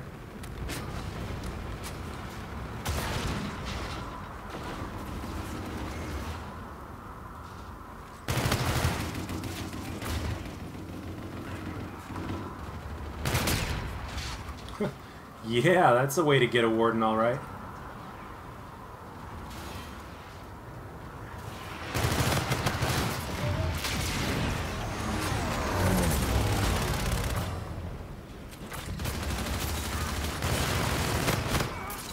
UAV, baby. Ah, 11 and 1.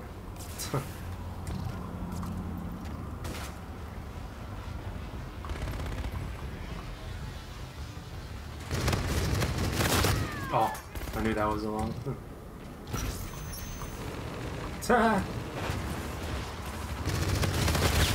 That's nice of you, bud. Let's see. I'm gonna go the Animus Dragon and just many streak spots when I see a fight. Yeah. Yeah, usually I'm 5 off. See, like for me personally, like pretty much like 99.9% of the people that, you know, once they start getting close, and understandably so, they play a lot more defensive. Like me personally, I think it would be more impressive just to go all out and play aggressive the entire time and then manage to get a nuke at the same time. Now that would be something like 100% aggressive.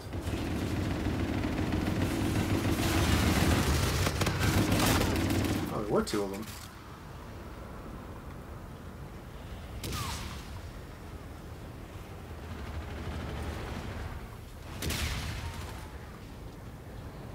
Wow, it's raining? Holy crap. I love the rain.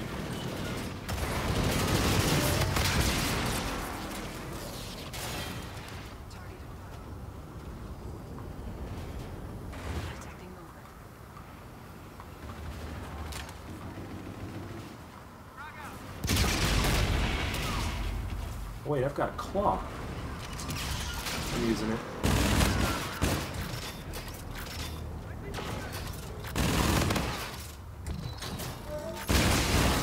Oh, why did you have to drop that? The shotguns in this game I don't like, and the fact that you can slide so fast and kill people with it. That's one thing that I don't like, and the other thing I like is that freaking black hole projector.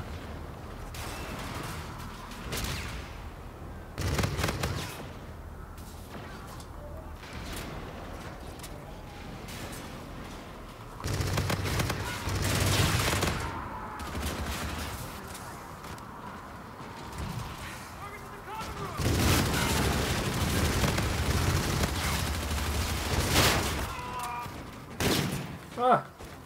Oh, darn it.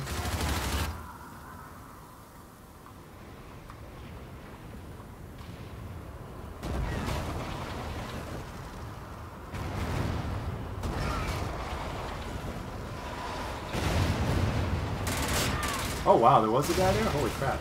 Wow, we're winning by that much? Holy sh... Wow, I did not... Wow.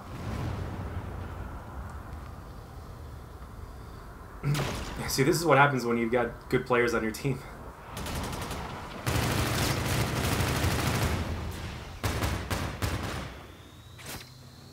Shoot, I wish I could go back to pre-K. You kidding?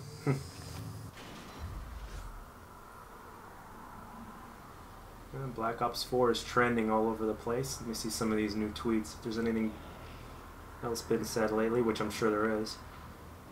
So I'm going to play... Oh, Thunder just tweeted out.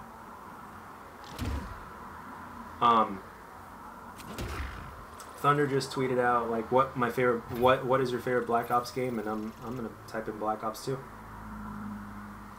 I'm voting, and let's see what everybody. Oh, most people did say Black Ops 2. Black Ops 1 came in second place with 37%. Black Ops 2 53%, and then 10% Black Ops 3. Yeah. Black Ops 2, man. Yeah, so I'm going to play one more game, and then after that I'm just going to leave the background as is, and then I'm going to... You'll probably be able to hear it in the background. I'm going to be watching the reveal, and then we'll talk about it or whatnot. Well, yeah, it's the timer's less than a minute because there's a... Really? Less than a minute? Alright, just to be safe, I'm going to go on there anyway and see. And we can talk about it. But yeah, it's probably less than a minute because of the whole they have to do a pre-show thing because it's all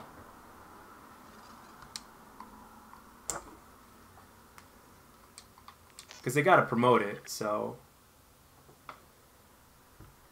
they have to do a whole pre-show thing and everything, so yeah, they always do a pre-show thing. There's just no way they're not. But we're only 14 minutes away, so might as well.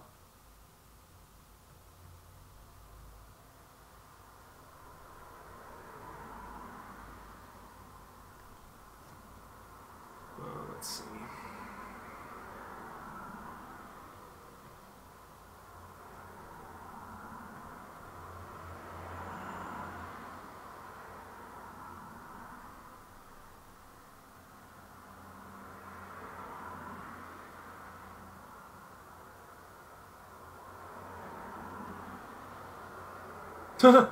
somebody posted a Photoshop of the Black Ops 4.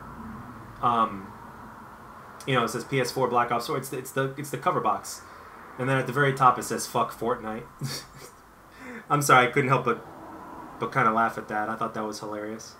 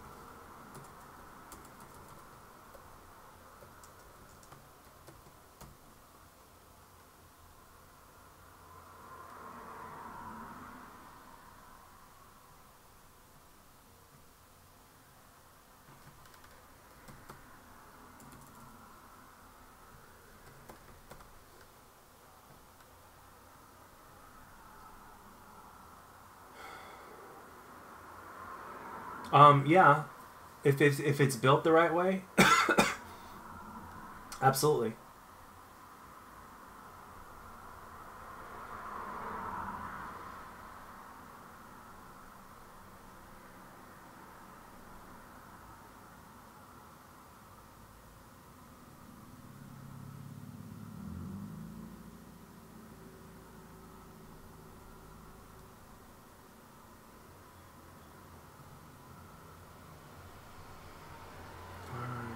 I'm using their Twitch page, so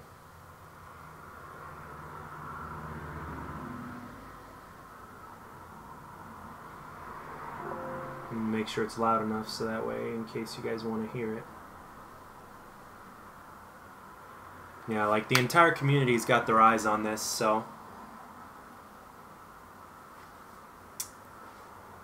yeah. I mean, if Battle Royale is great, Call of Duty style, then I'll be all about it.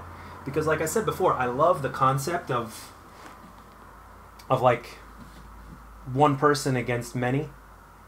You know, that's one of the reasons why I love free for all. But you know, with the way Fortnite is built and stuff, I understand it, and they made it to where you can play a little bit more aggressive than you do PUBG, because the map is smaller or whatnot. But it's still a very defensive game, and you know, I prefer a game that's a little bit more balanced. I mean, just look at the way I play. I mean, you saw the way I was playing for the last almost 2 hours. So, hey, the stream's up. All right, 10 minutes to go.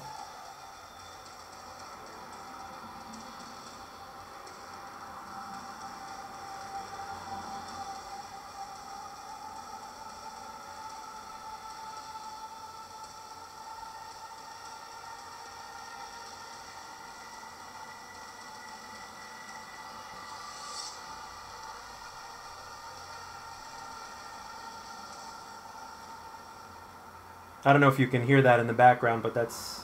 I'm looking at the countdown clock timer right now from their Twitch page.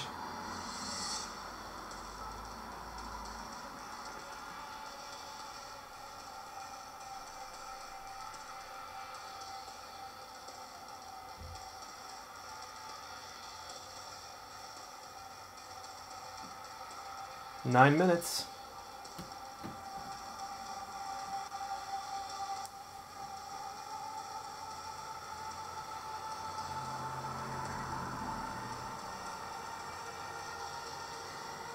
If they do have a battle royale, I just hope they get it right. Even if I don't play battle royale, I hope it generates more people to the community. You know what I mean? Because the Call of Duty community could use as much fresh blood as it could possibly get. If that makes sense to you guys.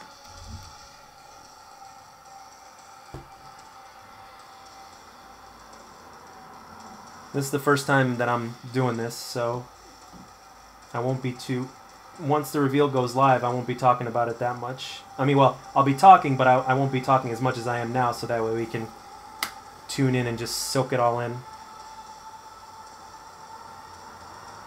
Oh, I'm aboard this hype train. And I hope I go to work all excited. I hope I go to work with a heart on over Call of Duty Black Ops 4. Respectfully speaking, I hope...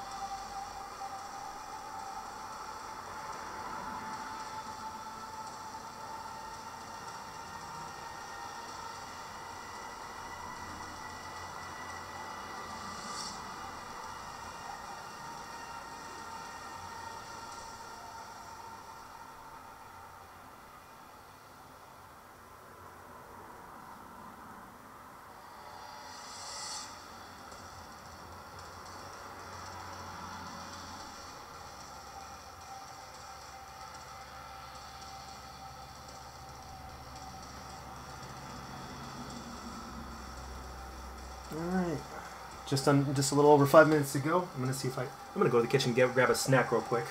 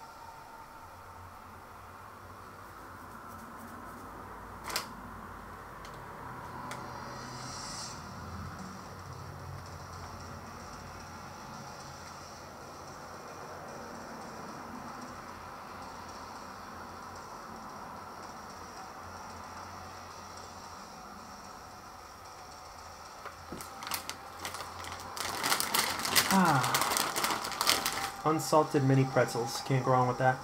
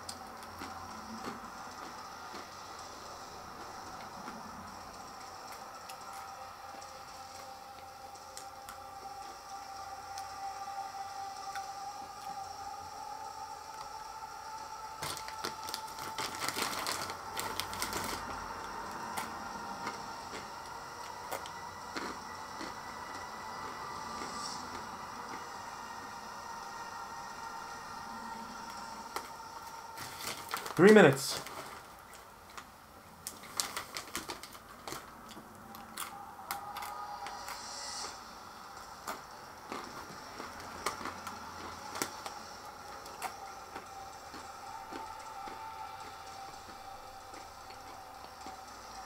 I just hope that the product that we get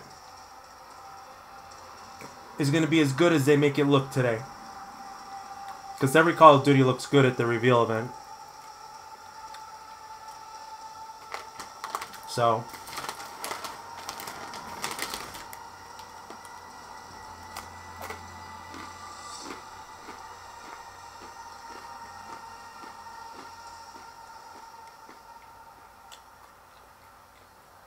There's over 100,000 viewers on Twitch.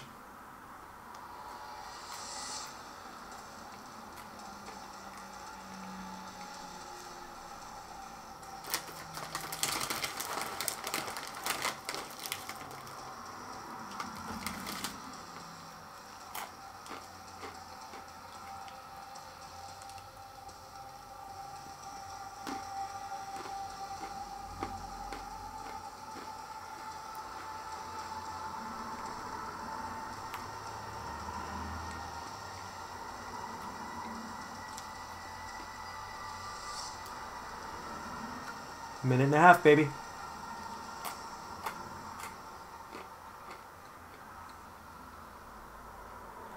Oh, Vaughn just tweeted something out. He's like, take it there. And it's him in front of the countdown.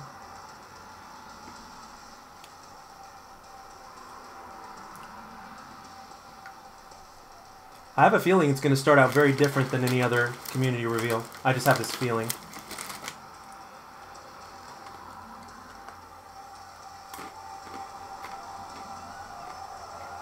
One minute.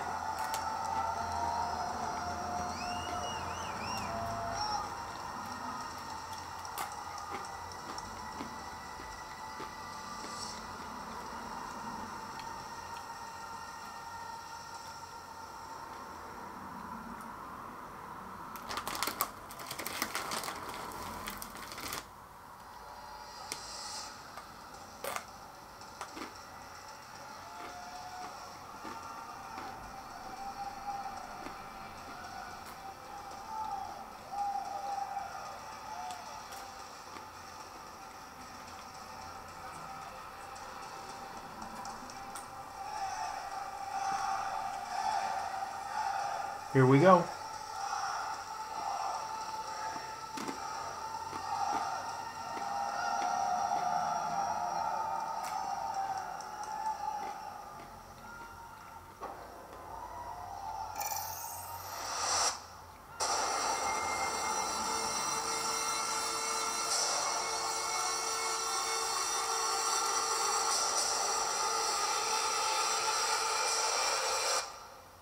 Like the CIA says,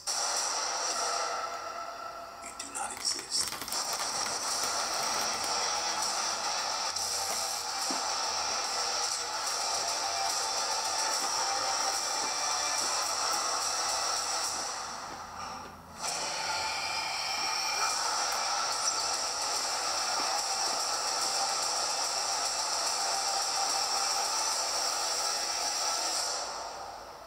They'll always need men like us. Those who are willing to do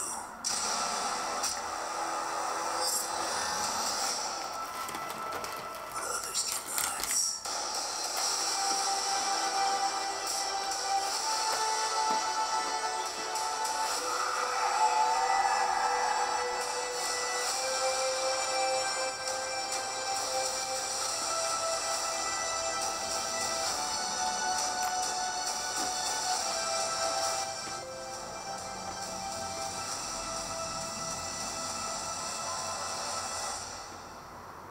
We need to fight back. Let's hunt. Hold your mouth, brothers.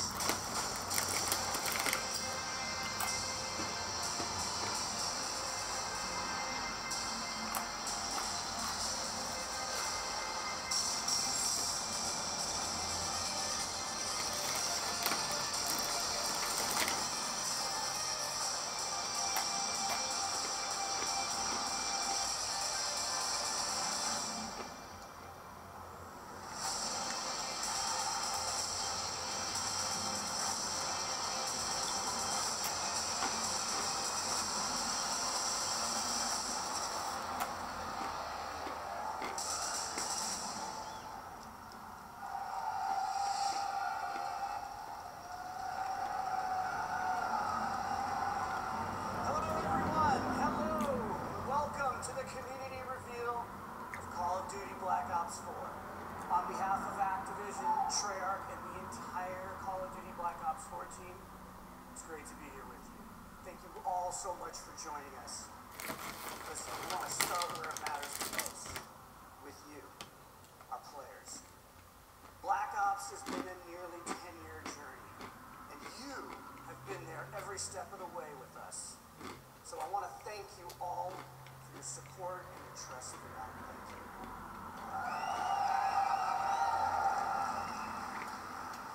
Now that trust has allowed us to take a lot of risks over the years, and that support has allowed us to build Black Ops in some new ways. And you've come with us on this crazy and insanely fun and sometimes mind-bending ride. From nurturing an off-brand Easter egg called zombies into a full-blown phenomenon, to introducing you to twisted stories and unforgettable characters you played and that you played with, to bringing you new ways to play, compete, and watch multiplayer. Throughout this journey, Treyarch has never shied away from introducing something new or unexpected to Call of Duty, and breaking with convention if we thought you would have fun with it. And that tradition continues right here. Black Ops 4 is a living example of what we do best as a studio. We set the bar high, we challenge our assumptions, and we take nothing for granted. And we rethink everything about how we make games. Let's just do it. Black Ops 4 is a game that gives you more ways to have fun with your friends than anything that we have ever created. It's the deepest, most replayable game in our history. Now let's face it, that's saying something, because you guys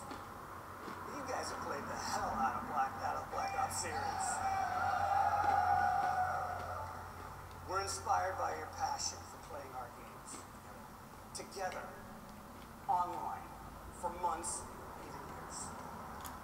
Today's where we begin to break it all down for you. This is a special day for us, and one we've looked forward to for a long time. And as you can imagine, we got a lot to share. So we're going to show you more at this reveal than we ever have. This isn't business as usual, man. This isn't business as usual. And that starts now, with how we're approaching Black Ops 4 multiplayer universe. And who better to do that than Dan Bunting and Lord Vonderhaar. Yeah, baby. So far I was right in my predictions. Mark Lamia, multiplayer guy, and David.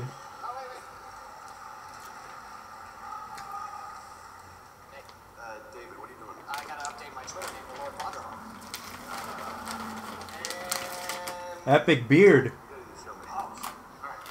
Thank you everyone for coming today. We are here so excited to tell you, finally, about this game that the team at Treyarch has been working on for the past few years. And for those of you who have not been with us for one of our past multiplayer reveals, we're going deep today.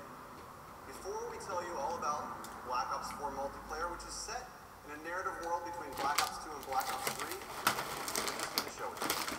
Can I take this line? Do you mind? Alright, knock yourself out. Alright. Here is the worldwide reveal trailer for Call of Duty Black Ops 4 multiplayer.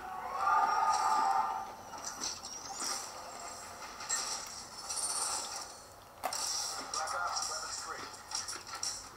Let's do it live.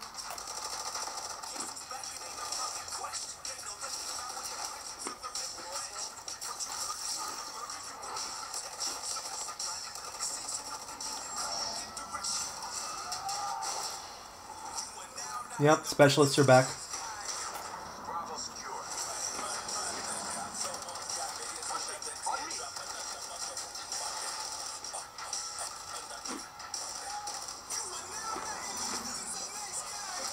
Every shot counts.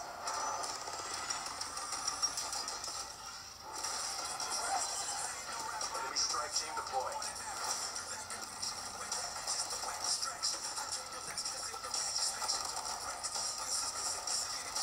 Building back.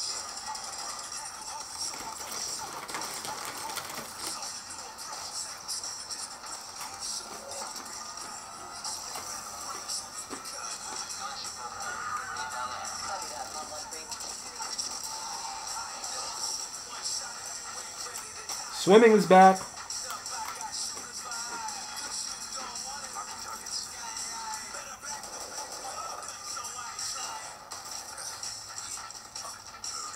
Sensor going live.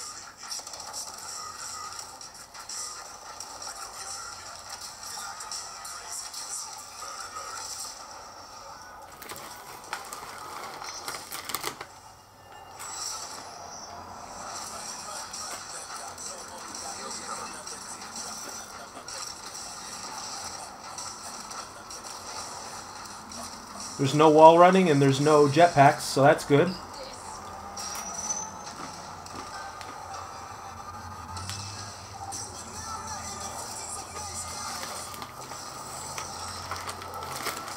Dogs! I saw a dog.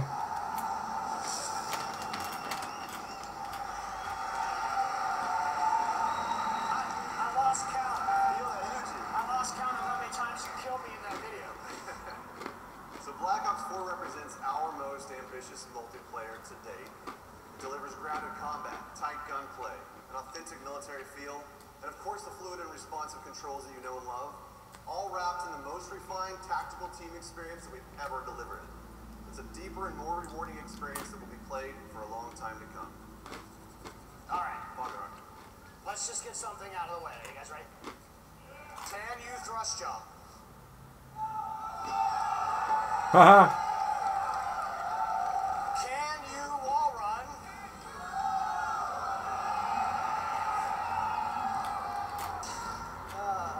Can you confirm we are 100% boots on the ground? Wow. Look, as we know, you love the fluid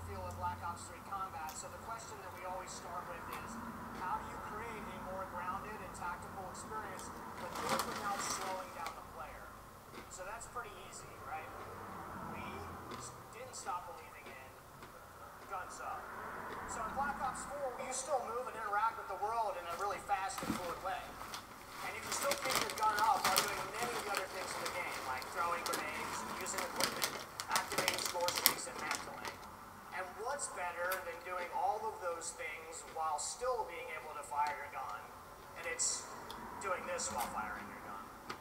Ruin returns, and this time he brought his special issue equipment, the grapple gun, that only he can equip and create a class. So Ruin is a specialist with those unique ability to close the gaps and get to the enemy faster. And the combos that you can pull off when you grapple to grab slam have been making the highlight reel inside the studio. And we can't wait to see just what you do with this. So specialists are back, both new and some familiar, but totally reimagined. Because each specialist brings special issue equipment that delivers unique capabilities to your team to reinforce the tactical gameplay without slowing down the player. And you'll hear about many of them throughout the discussion. But you would be fooling yourself if you thought that they were the main characters of this show. That's right, because Black Ops is and always has been first and foremost about weapons and the gameplay around them. It's no different with Black Ops 4. However, with Black Ops 4, we've made more improvements to gun systems than literally the entirety of Black Ops 1, 2, and 3 combined. This just shows how serious we are about weapon systems at Treyarch. We've designed each weapon as though it's a character in and of itself, which means that we pay attention to every single detail. Hot barrels are going to ooze smoke. Muzzle flashes are going to burst and light up the room. Bullet impacts are massive and connect the player with the game world around them. And weapons for the first time have real 3D tracers, which both look and feel incredibly awesome, but they also serve a gameplay purpose because they let you know where the gunfire is coming from. And animations have been overhauled to make that feel that you know and love that much more responsive. Bullets will actually deplete as you expend the magazine, but that's just the start. This is a small example of the details that we pay attention to our weapons. On the design front, Black Ops 4 is going to break with tradition by giving each weapon its own set of attachments. Now in the past, attachment sets were shared across weapon classes. But this is important to us because unique attachments are all about making the gameplay of weapons what makes each weapon stand out from each other. We're also bringing a new category of attachment this game. It's called Operator Mods. Operator Mods are the ultimate expression of a gun's profile. It's going to expand its capabilities in ways that go beyond that core functionality. You're going to see here the Titan LMG laying down some heavy suppression fire. That suppressive effect is only capable through its operator mod. It's going to distort and disorient the enemy on the other side of it. Now I'm excited to say that weapons are further defined by another first in franchise history today. I'm here to tell you, Black Ops 4 will be the first game in our history to use a true predictive recoil pattern system. This allows you to constantly make micro adjustments while aiming and shooting. This means that the gameplay of each weapon is learnable. There's a path to mastery that is rewarding for new players and veterans alike. This is by far our biggest investment in the weapons platform and combat systems that we've made to give you the most rewarding and visceral experience by pushing the state of the art on weapons visuals, animations, and sound effects. Weapons and health are two sides of the same coin, and you can't change one without affecting the other. And Black Ops 4 adds some tactical depth through a change in the healing mechanic. Healing is no longer automatic. Now players manually trigger their healing process with a dedicated button, and that becomes as central to your gameplay loop as reloading the weapon after a firefight. And we like this change because it creates a tactical decision point that simply didn't exist before. So you can disengage from combat and heal up, or you can rush an unsuspecting opponent who may be healing herself. And these changes create a more tactical pace to the game, where instead of simply losing to the person who shoots first, you can actually survive a gunfight with smart maneuvering. And this means you spend more time in the part of the game that's the most fun, which is the combat. So aggressive players still feel rewarded for being aggressive, and tactical players can actually choose when to disengage and look for a better opportunity to strike. Our journey into the health mechanics has evolved and doesn't end just here. Let me introduce you to Crash. And Crash is a medic.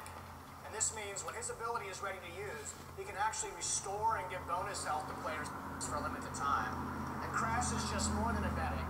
He also distributes a salt pack, which resupplies team. And no doubt the folks at home are already breaking down that MP trailer, and they've already figured out what this one's like. So we've taken a completely fresh look at the health mechanics of a Black Ops multiplayer game to insert tactical decisions and some much-needed pacing into that gameplay loop. So far we've talked about some really fundamental building Campers might abuse that. What makes it awesome. You got movement, weapons, health systems. We're going to take it up a level to situational awareness. Situational awareness covers the gamut of what you see and hear in the game, from the mini-map to the sounds that your footsteps make on different surfaces. We've experimented with all sorts of modifiers that have impacted this over the years, but in Black Ops 4 we embrace situational awareness as a fundamental feature to the game. We're introducing a new system called the Fog of War. And only the parts around the on the mini-map, the Fog of War reveals a radius around the player and his or her teammates. As you'd expect, enemy players are going to reveal their positions when firing a weapon unless they're suppressed, and many of your favorite score streaks like UAVs and counter UAVs are still going to do what you expect them to do. But what the Fog of War does, it creates more opportunities for teammates to communicate and work together for the win. Now I'm going to introduce you to another new specialist. His name is Recon. Recon is an expert in situational awareness. His special issue equipment is called the sensor dart. When he shoots the sensor dart into the world, it clears a large radius around it that both he and his teammates can see, and it helps you to locate enemies. He also has Vision Pulse, which makes a return from Black Ops 3, but this time around it's a little bit different. The whole team gets the benefit of it.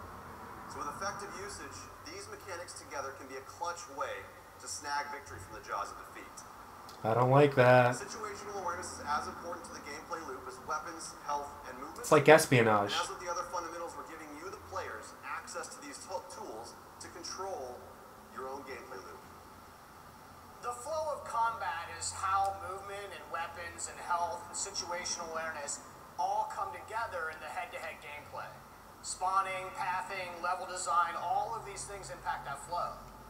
You might remember Seraph. She has a TAC deploy, and this is a team-wide spawn beacon that allows Seraph to command offensive control over that flow of combat for a period of time. And this is Torque. Torque is the master of disrupting that flow because he can lay down razor wire and create deployable and improvised cover with his barricade. And one last one. Over the years, we've experimented with the idea of area denial in various ways. And in Black Ops 4, it's time to stop playing around. Firebreak makes his return and makes area denial a part of that gameplay loop. His special issue gear, the reactor core, allows him to do just that. And Firebreak can even trade his own health to extend the clock on that time. So we've combined the best designs in how level spawning and flow control work together to influence the gameplay loop, and then we place those tools not in our hands, but into the hands of you through the specialists. And the story of Black Ops 4 is not one of a single game in development, but rather the combined journey of the entire last decade of Black Ops. And you, the community, have been with us every step of that way. Every game that we make is an opportunity for us to do better, to continue the dialogue that we have with you, and you know that we listen. You expect that commitment from us, and this is why we do what we do. So I think we've covered all the details, pretty much given away the secret recipe to our multiplayer experience. Are you sure about that? What did I miss? Just one little thing. Just want to tease for our competitive community, and that is the return of League Play. League Play is a fan favorite, and we've combined the very best parts of it, and we're going to deliver it for all the players of Black Ops 4. As Mark mentioned in his opening remarks, we're doing some things a little bit differently this year, including how we tell stories in each mode throughout the game. Now we're delivering more narrative and character depth in multiplayer than ever before. And we're also going to give new and returning players the ability to learn and master each of these specialists and solo missions. These missions feature a series of fun and fast-paced trials that give a hands-on introduction to the new and returning specialists while exploring the stories behind their identities and their backgrounds inside of a Black Ops narrative. Now, with each game that Black Ops players have spent more and more time in multiplayer, and it's important to us that we go bigger on that experience and expand the narrative universe around it. Here is just a glimpse into that universe. Not bad. Not bad.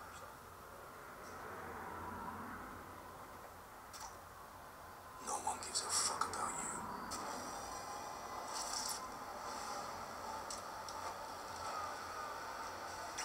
You're a number. An asset. A pawn in someone else's game.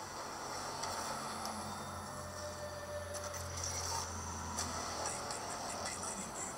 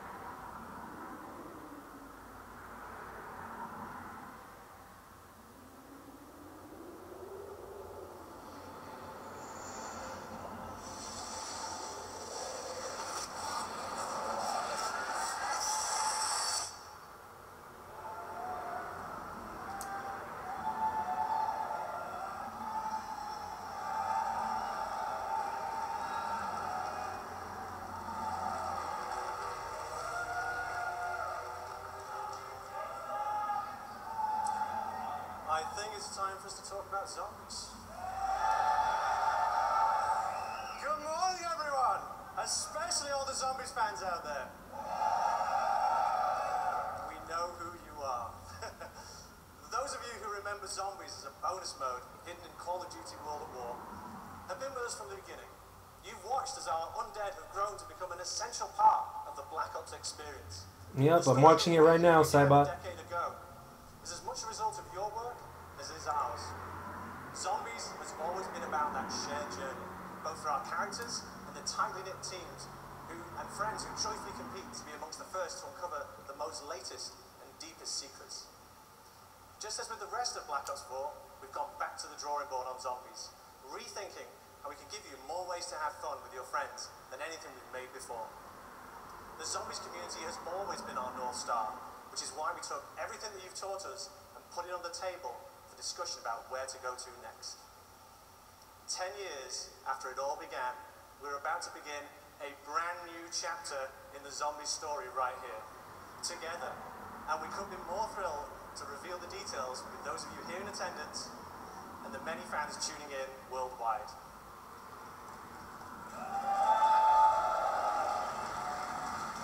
Joining me to share more about this new adventure is Craig Houston, our lead writer.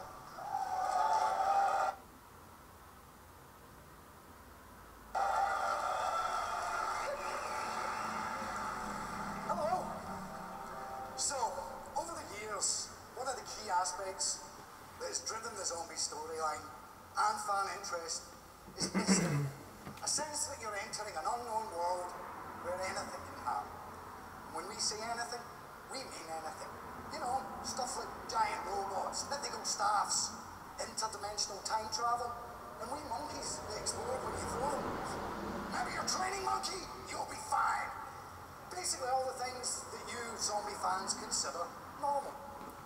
We've explored many different time periods and a variety of fractured universes. Now's the perfect time to start fresh and let the zombies community discover a whole new world together. Black Ops 4 marks the beginning of a brand new storyline, separate and distinct from the Ether story. A new world with new characters and new enemies. Drawing from history, both real and mythical, Black Ops 4 Zombies will introduce us to a new enemy, an ancient order, hell-bent on transforming the world to fulfill their nefarious agenda. Against them stand an eclectic group of all new player characters, unexpectedly thrust together by their shared experiences, with each one bringing their own colourful personality, skills, and unique perspective to the team. You know what? It's probably best if I just show you. This, it is 9.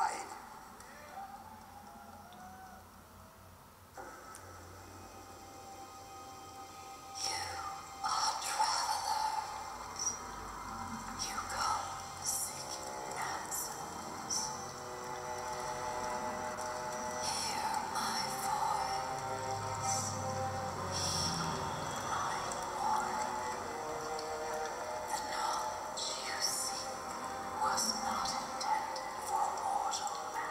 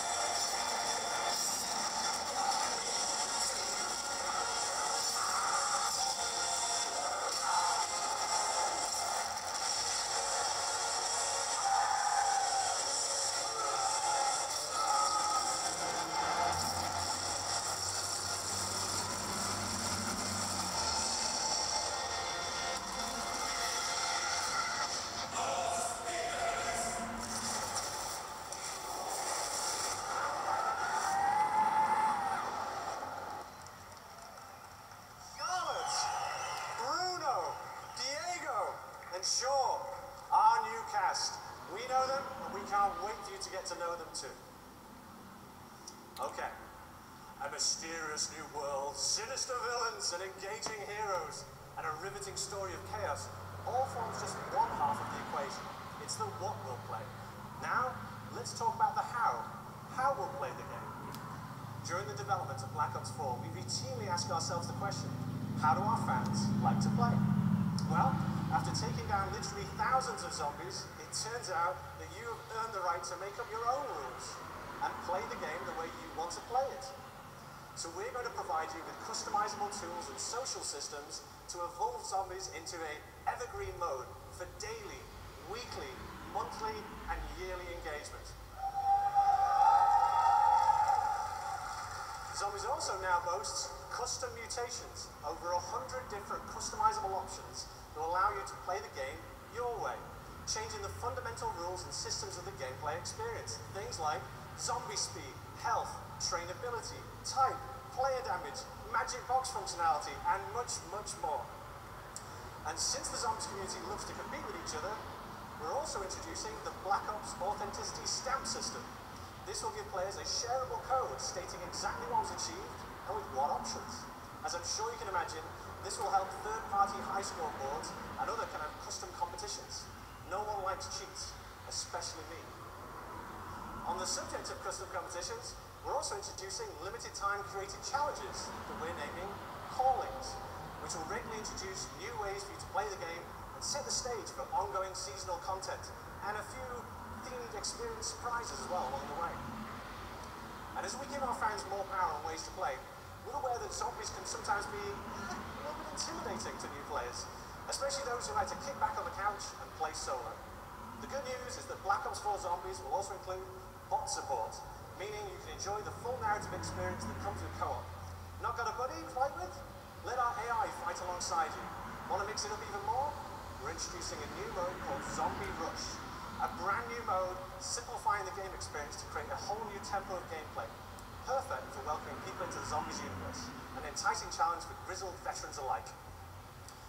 We're also reintroducing difficulty levels and an in-game tutorial to introduce players to the mode in a less stressful way. For those of you who also choose to have the path of most resistance, you can crank up that difficulty all the way up. Now, speaking of stress, we've already seen our 4 new heroes during an era of utter brutality, where no-holds-barred, winner-takes-all combat wasn't just the rule of law, but society's favourite form of entertainment. But zombie fans, wouldn't it be interesting to see them go somewhere nice? Somewhere luxurious, somewhere they could have a good time. It is my pleasure to show you a glimpse of the second of our Day 1 zombie experiences. Welcome to Voyage of Despair.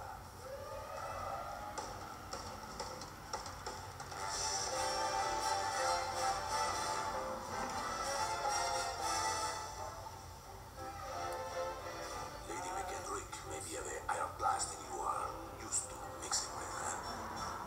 Ah, Bruno, my French friend. The lady will be so lost in my eyes and enthralled in my tales, she will not even notice when I make my move.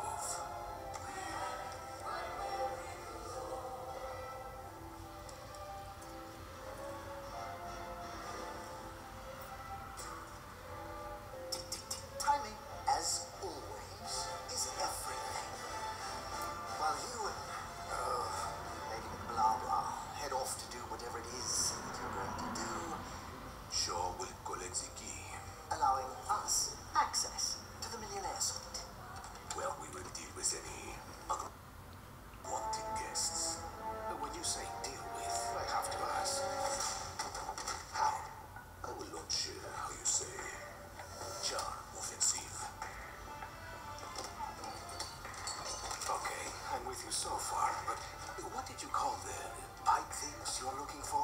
Rheumatic tubes, used for the conveyance of small packages throughout the vessel. They will carry our surprise down to the cargo room. It really should be quite exciting.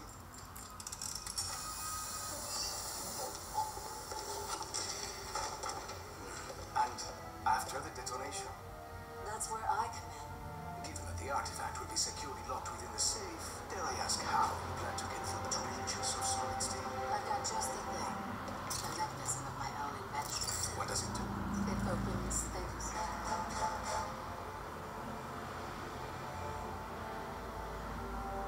Now, obviously your father made some enemies during his travels. That's a pretty big understatement. If I may interject, I think you were about to ask if Miss Rhodes expected us to encounter any opposition. It's possible. Likely, even. Those are valuables. Are we to secure them also? Just the artifact. We're not thieves. What are we then? All that stands between humanity and the forces of evil.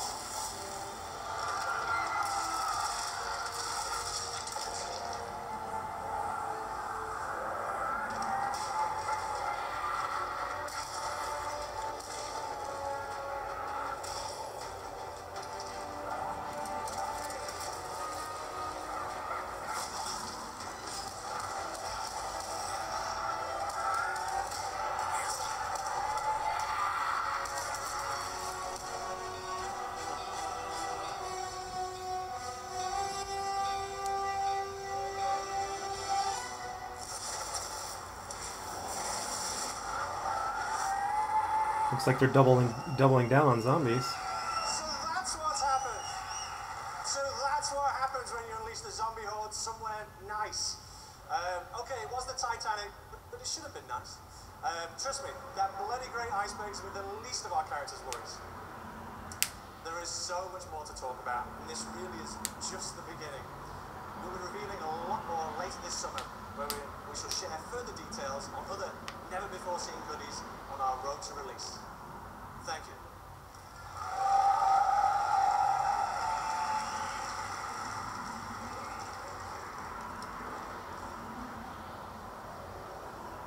Friends, we're not done yet.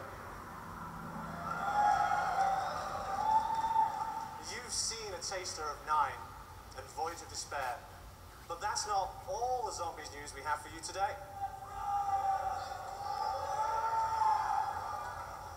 We've already said that Black Ops 4 is the deepest, most replayable game in our history. So it's my great pleasure to reveal that for the first time ever, we will launch with 3 fully fledged, fully loaded zombie experiences on day 1. Oh, they're tripling down. We've seen a taste of what's ahead in our new story, but let's just take a trip back through the ether. One of our all-time fan-favorite maps told the story of 4 lost souls trapped in an eternal purgatory,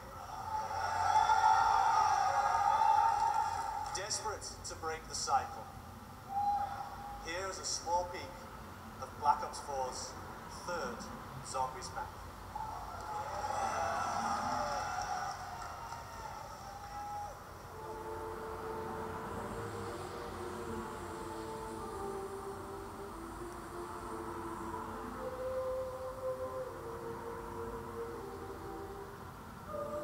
Oh, looks like zombies fans are gonna be happy as fuck.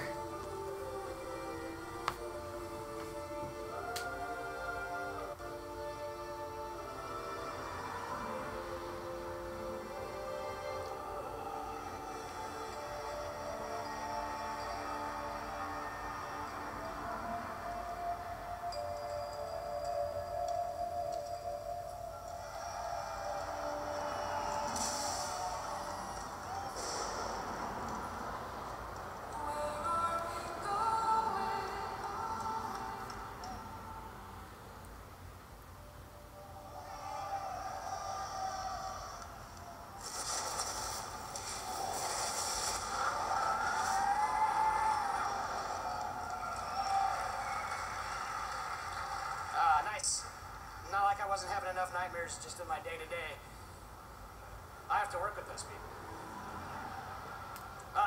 Listen, to make this put it really simply for you, this is a super serious year for us for Black Ops 4 on PC. And we're excited to share that we have a completely dedicated team with our friends over at BO4, and they're making the most robust, most refined, most customizable PC shooter experience that we've created. And we're also excited to announce that Black Ops 4 will be the first Call of Duty title ever released on Blizzard Entertainment's Battle.net platform. Now we're working very closely both with the dedicated PC team at BO4 as well as Blizzard to make sure that this is an absolutely great experience for our PC players. Let's take a closer look. Black Ops 4 is really a celebration of our community, and something we've wanted to do for a really long time is focus on PC as its own unique platform, give PC gamers what they deserve. This version of the game is custom built for the PC, and I think that's going to show through in every part of it.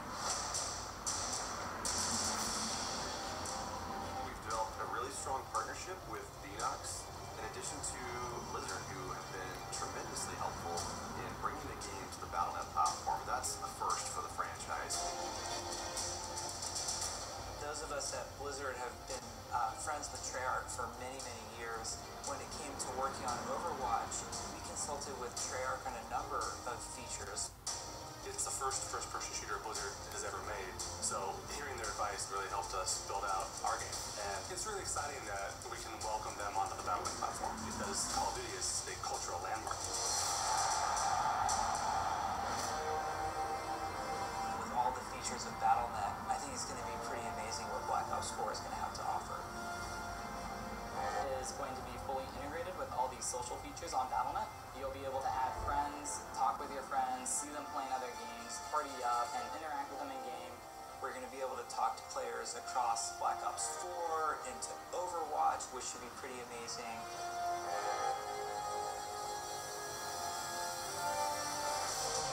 PC players expect a lot of options. They like to customize their gameplay experience exactly how they want it. At BO4, we have a long history of PC development, and so the PC community is always in the back of our minds. We're really talking about making sure that we've delivered on what they wanted.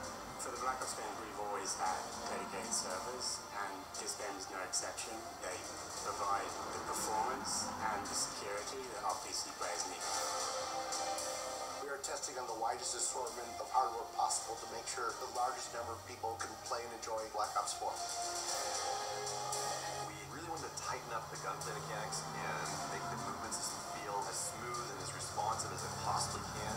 There also has been a whole redesign of the UI flow, and we have made tweaks to how weapons react. Things like recoil, weapon knockback, so that for a keyboard and mouse player, it's easy to get back on target. We will have uncapped frame rate. We're going to support 4K, HDR, ultra-wide monitors. It's going to have great scalability options, so everybody will be able to optimize for visual fidelity.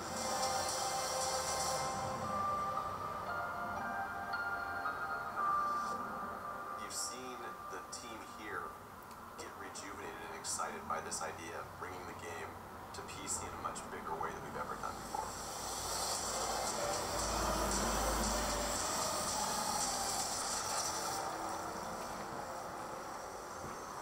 All right, good news for PC players. That's good.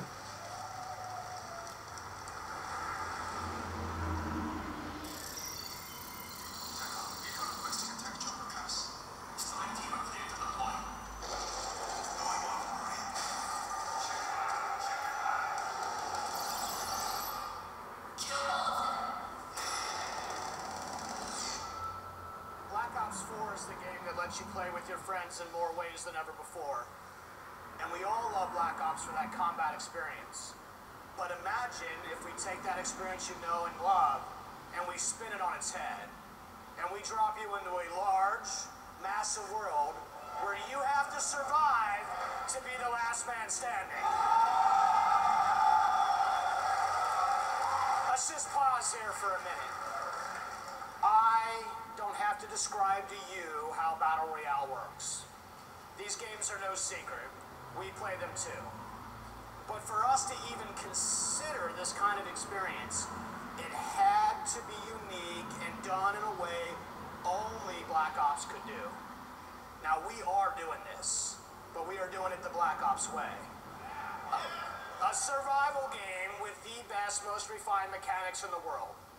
Our signature controls and gameplay systems and the kind of fast-paced action that only Call of Duty can deliver. All in the biggest map that we've ever made, over 1,500 times bigger than Nuketown. And this is just the beginning.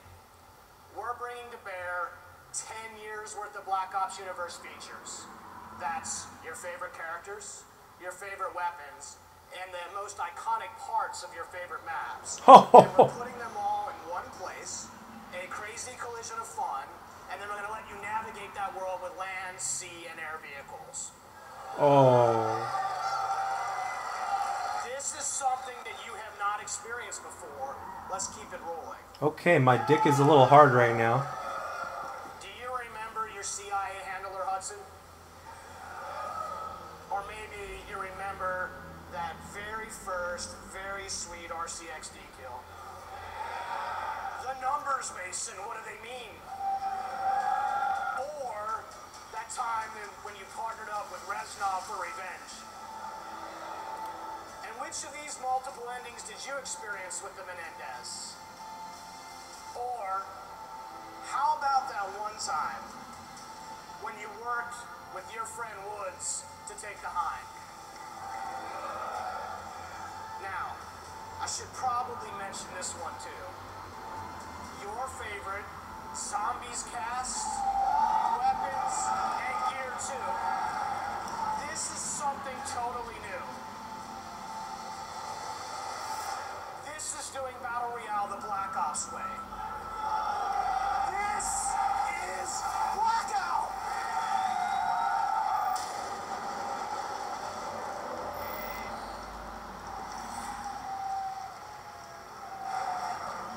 Alright.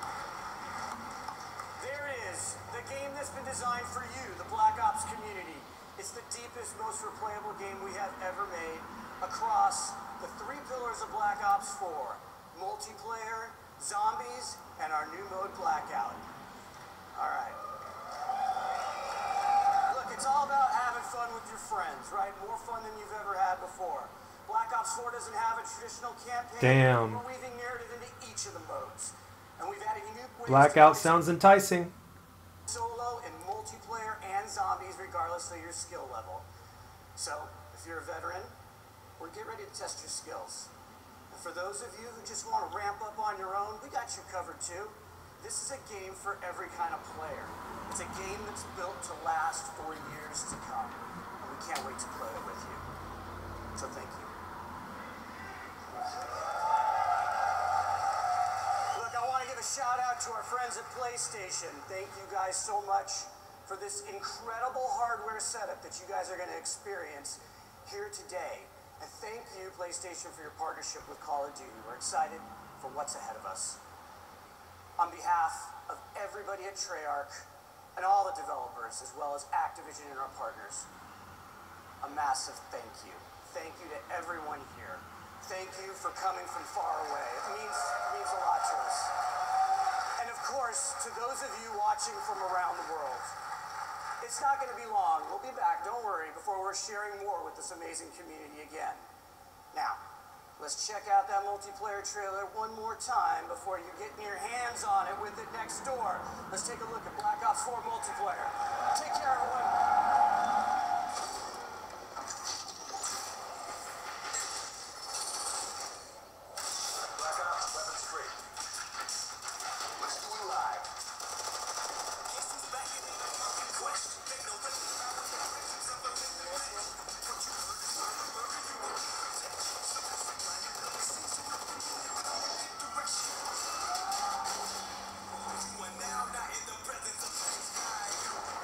Secure.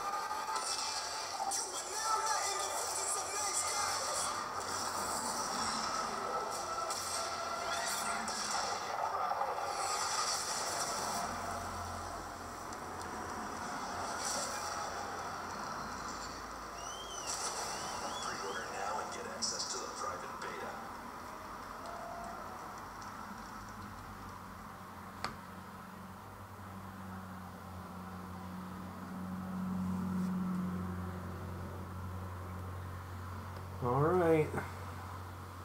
I guess I'll be making a video about this, but that'll end the stream.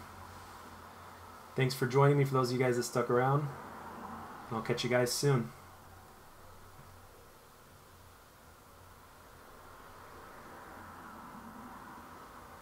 Oh, and one more thing. That Battle Royale sounds very enticing. Blackout? Yeah, when he said your favorite maps, like a combination of your favorite maps in all the Call of Duties, along with like your favorite guns, I was thinking Raid, Standoff, Summit, Firing Range, all those good maps and shit, all in one big ass map with my AN-94 running around mowing bitches down. Okay, Blackout officially has my attention. I'll catch you later.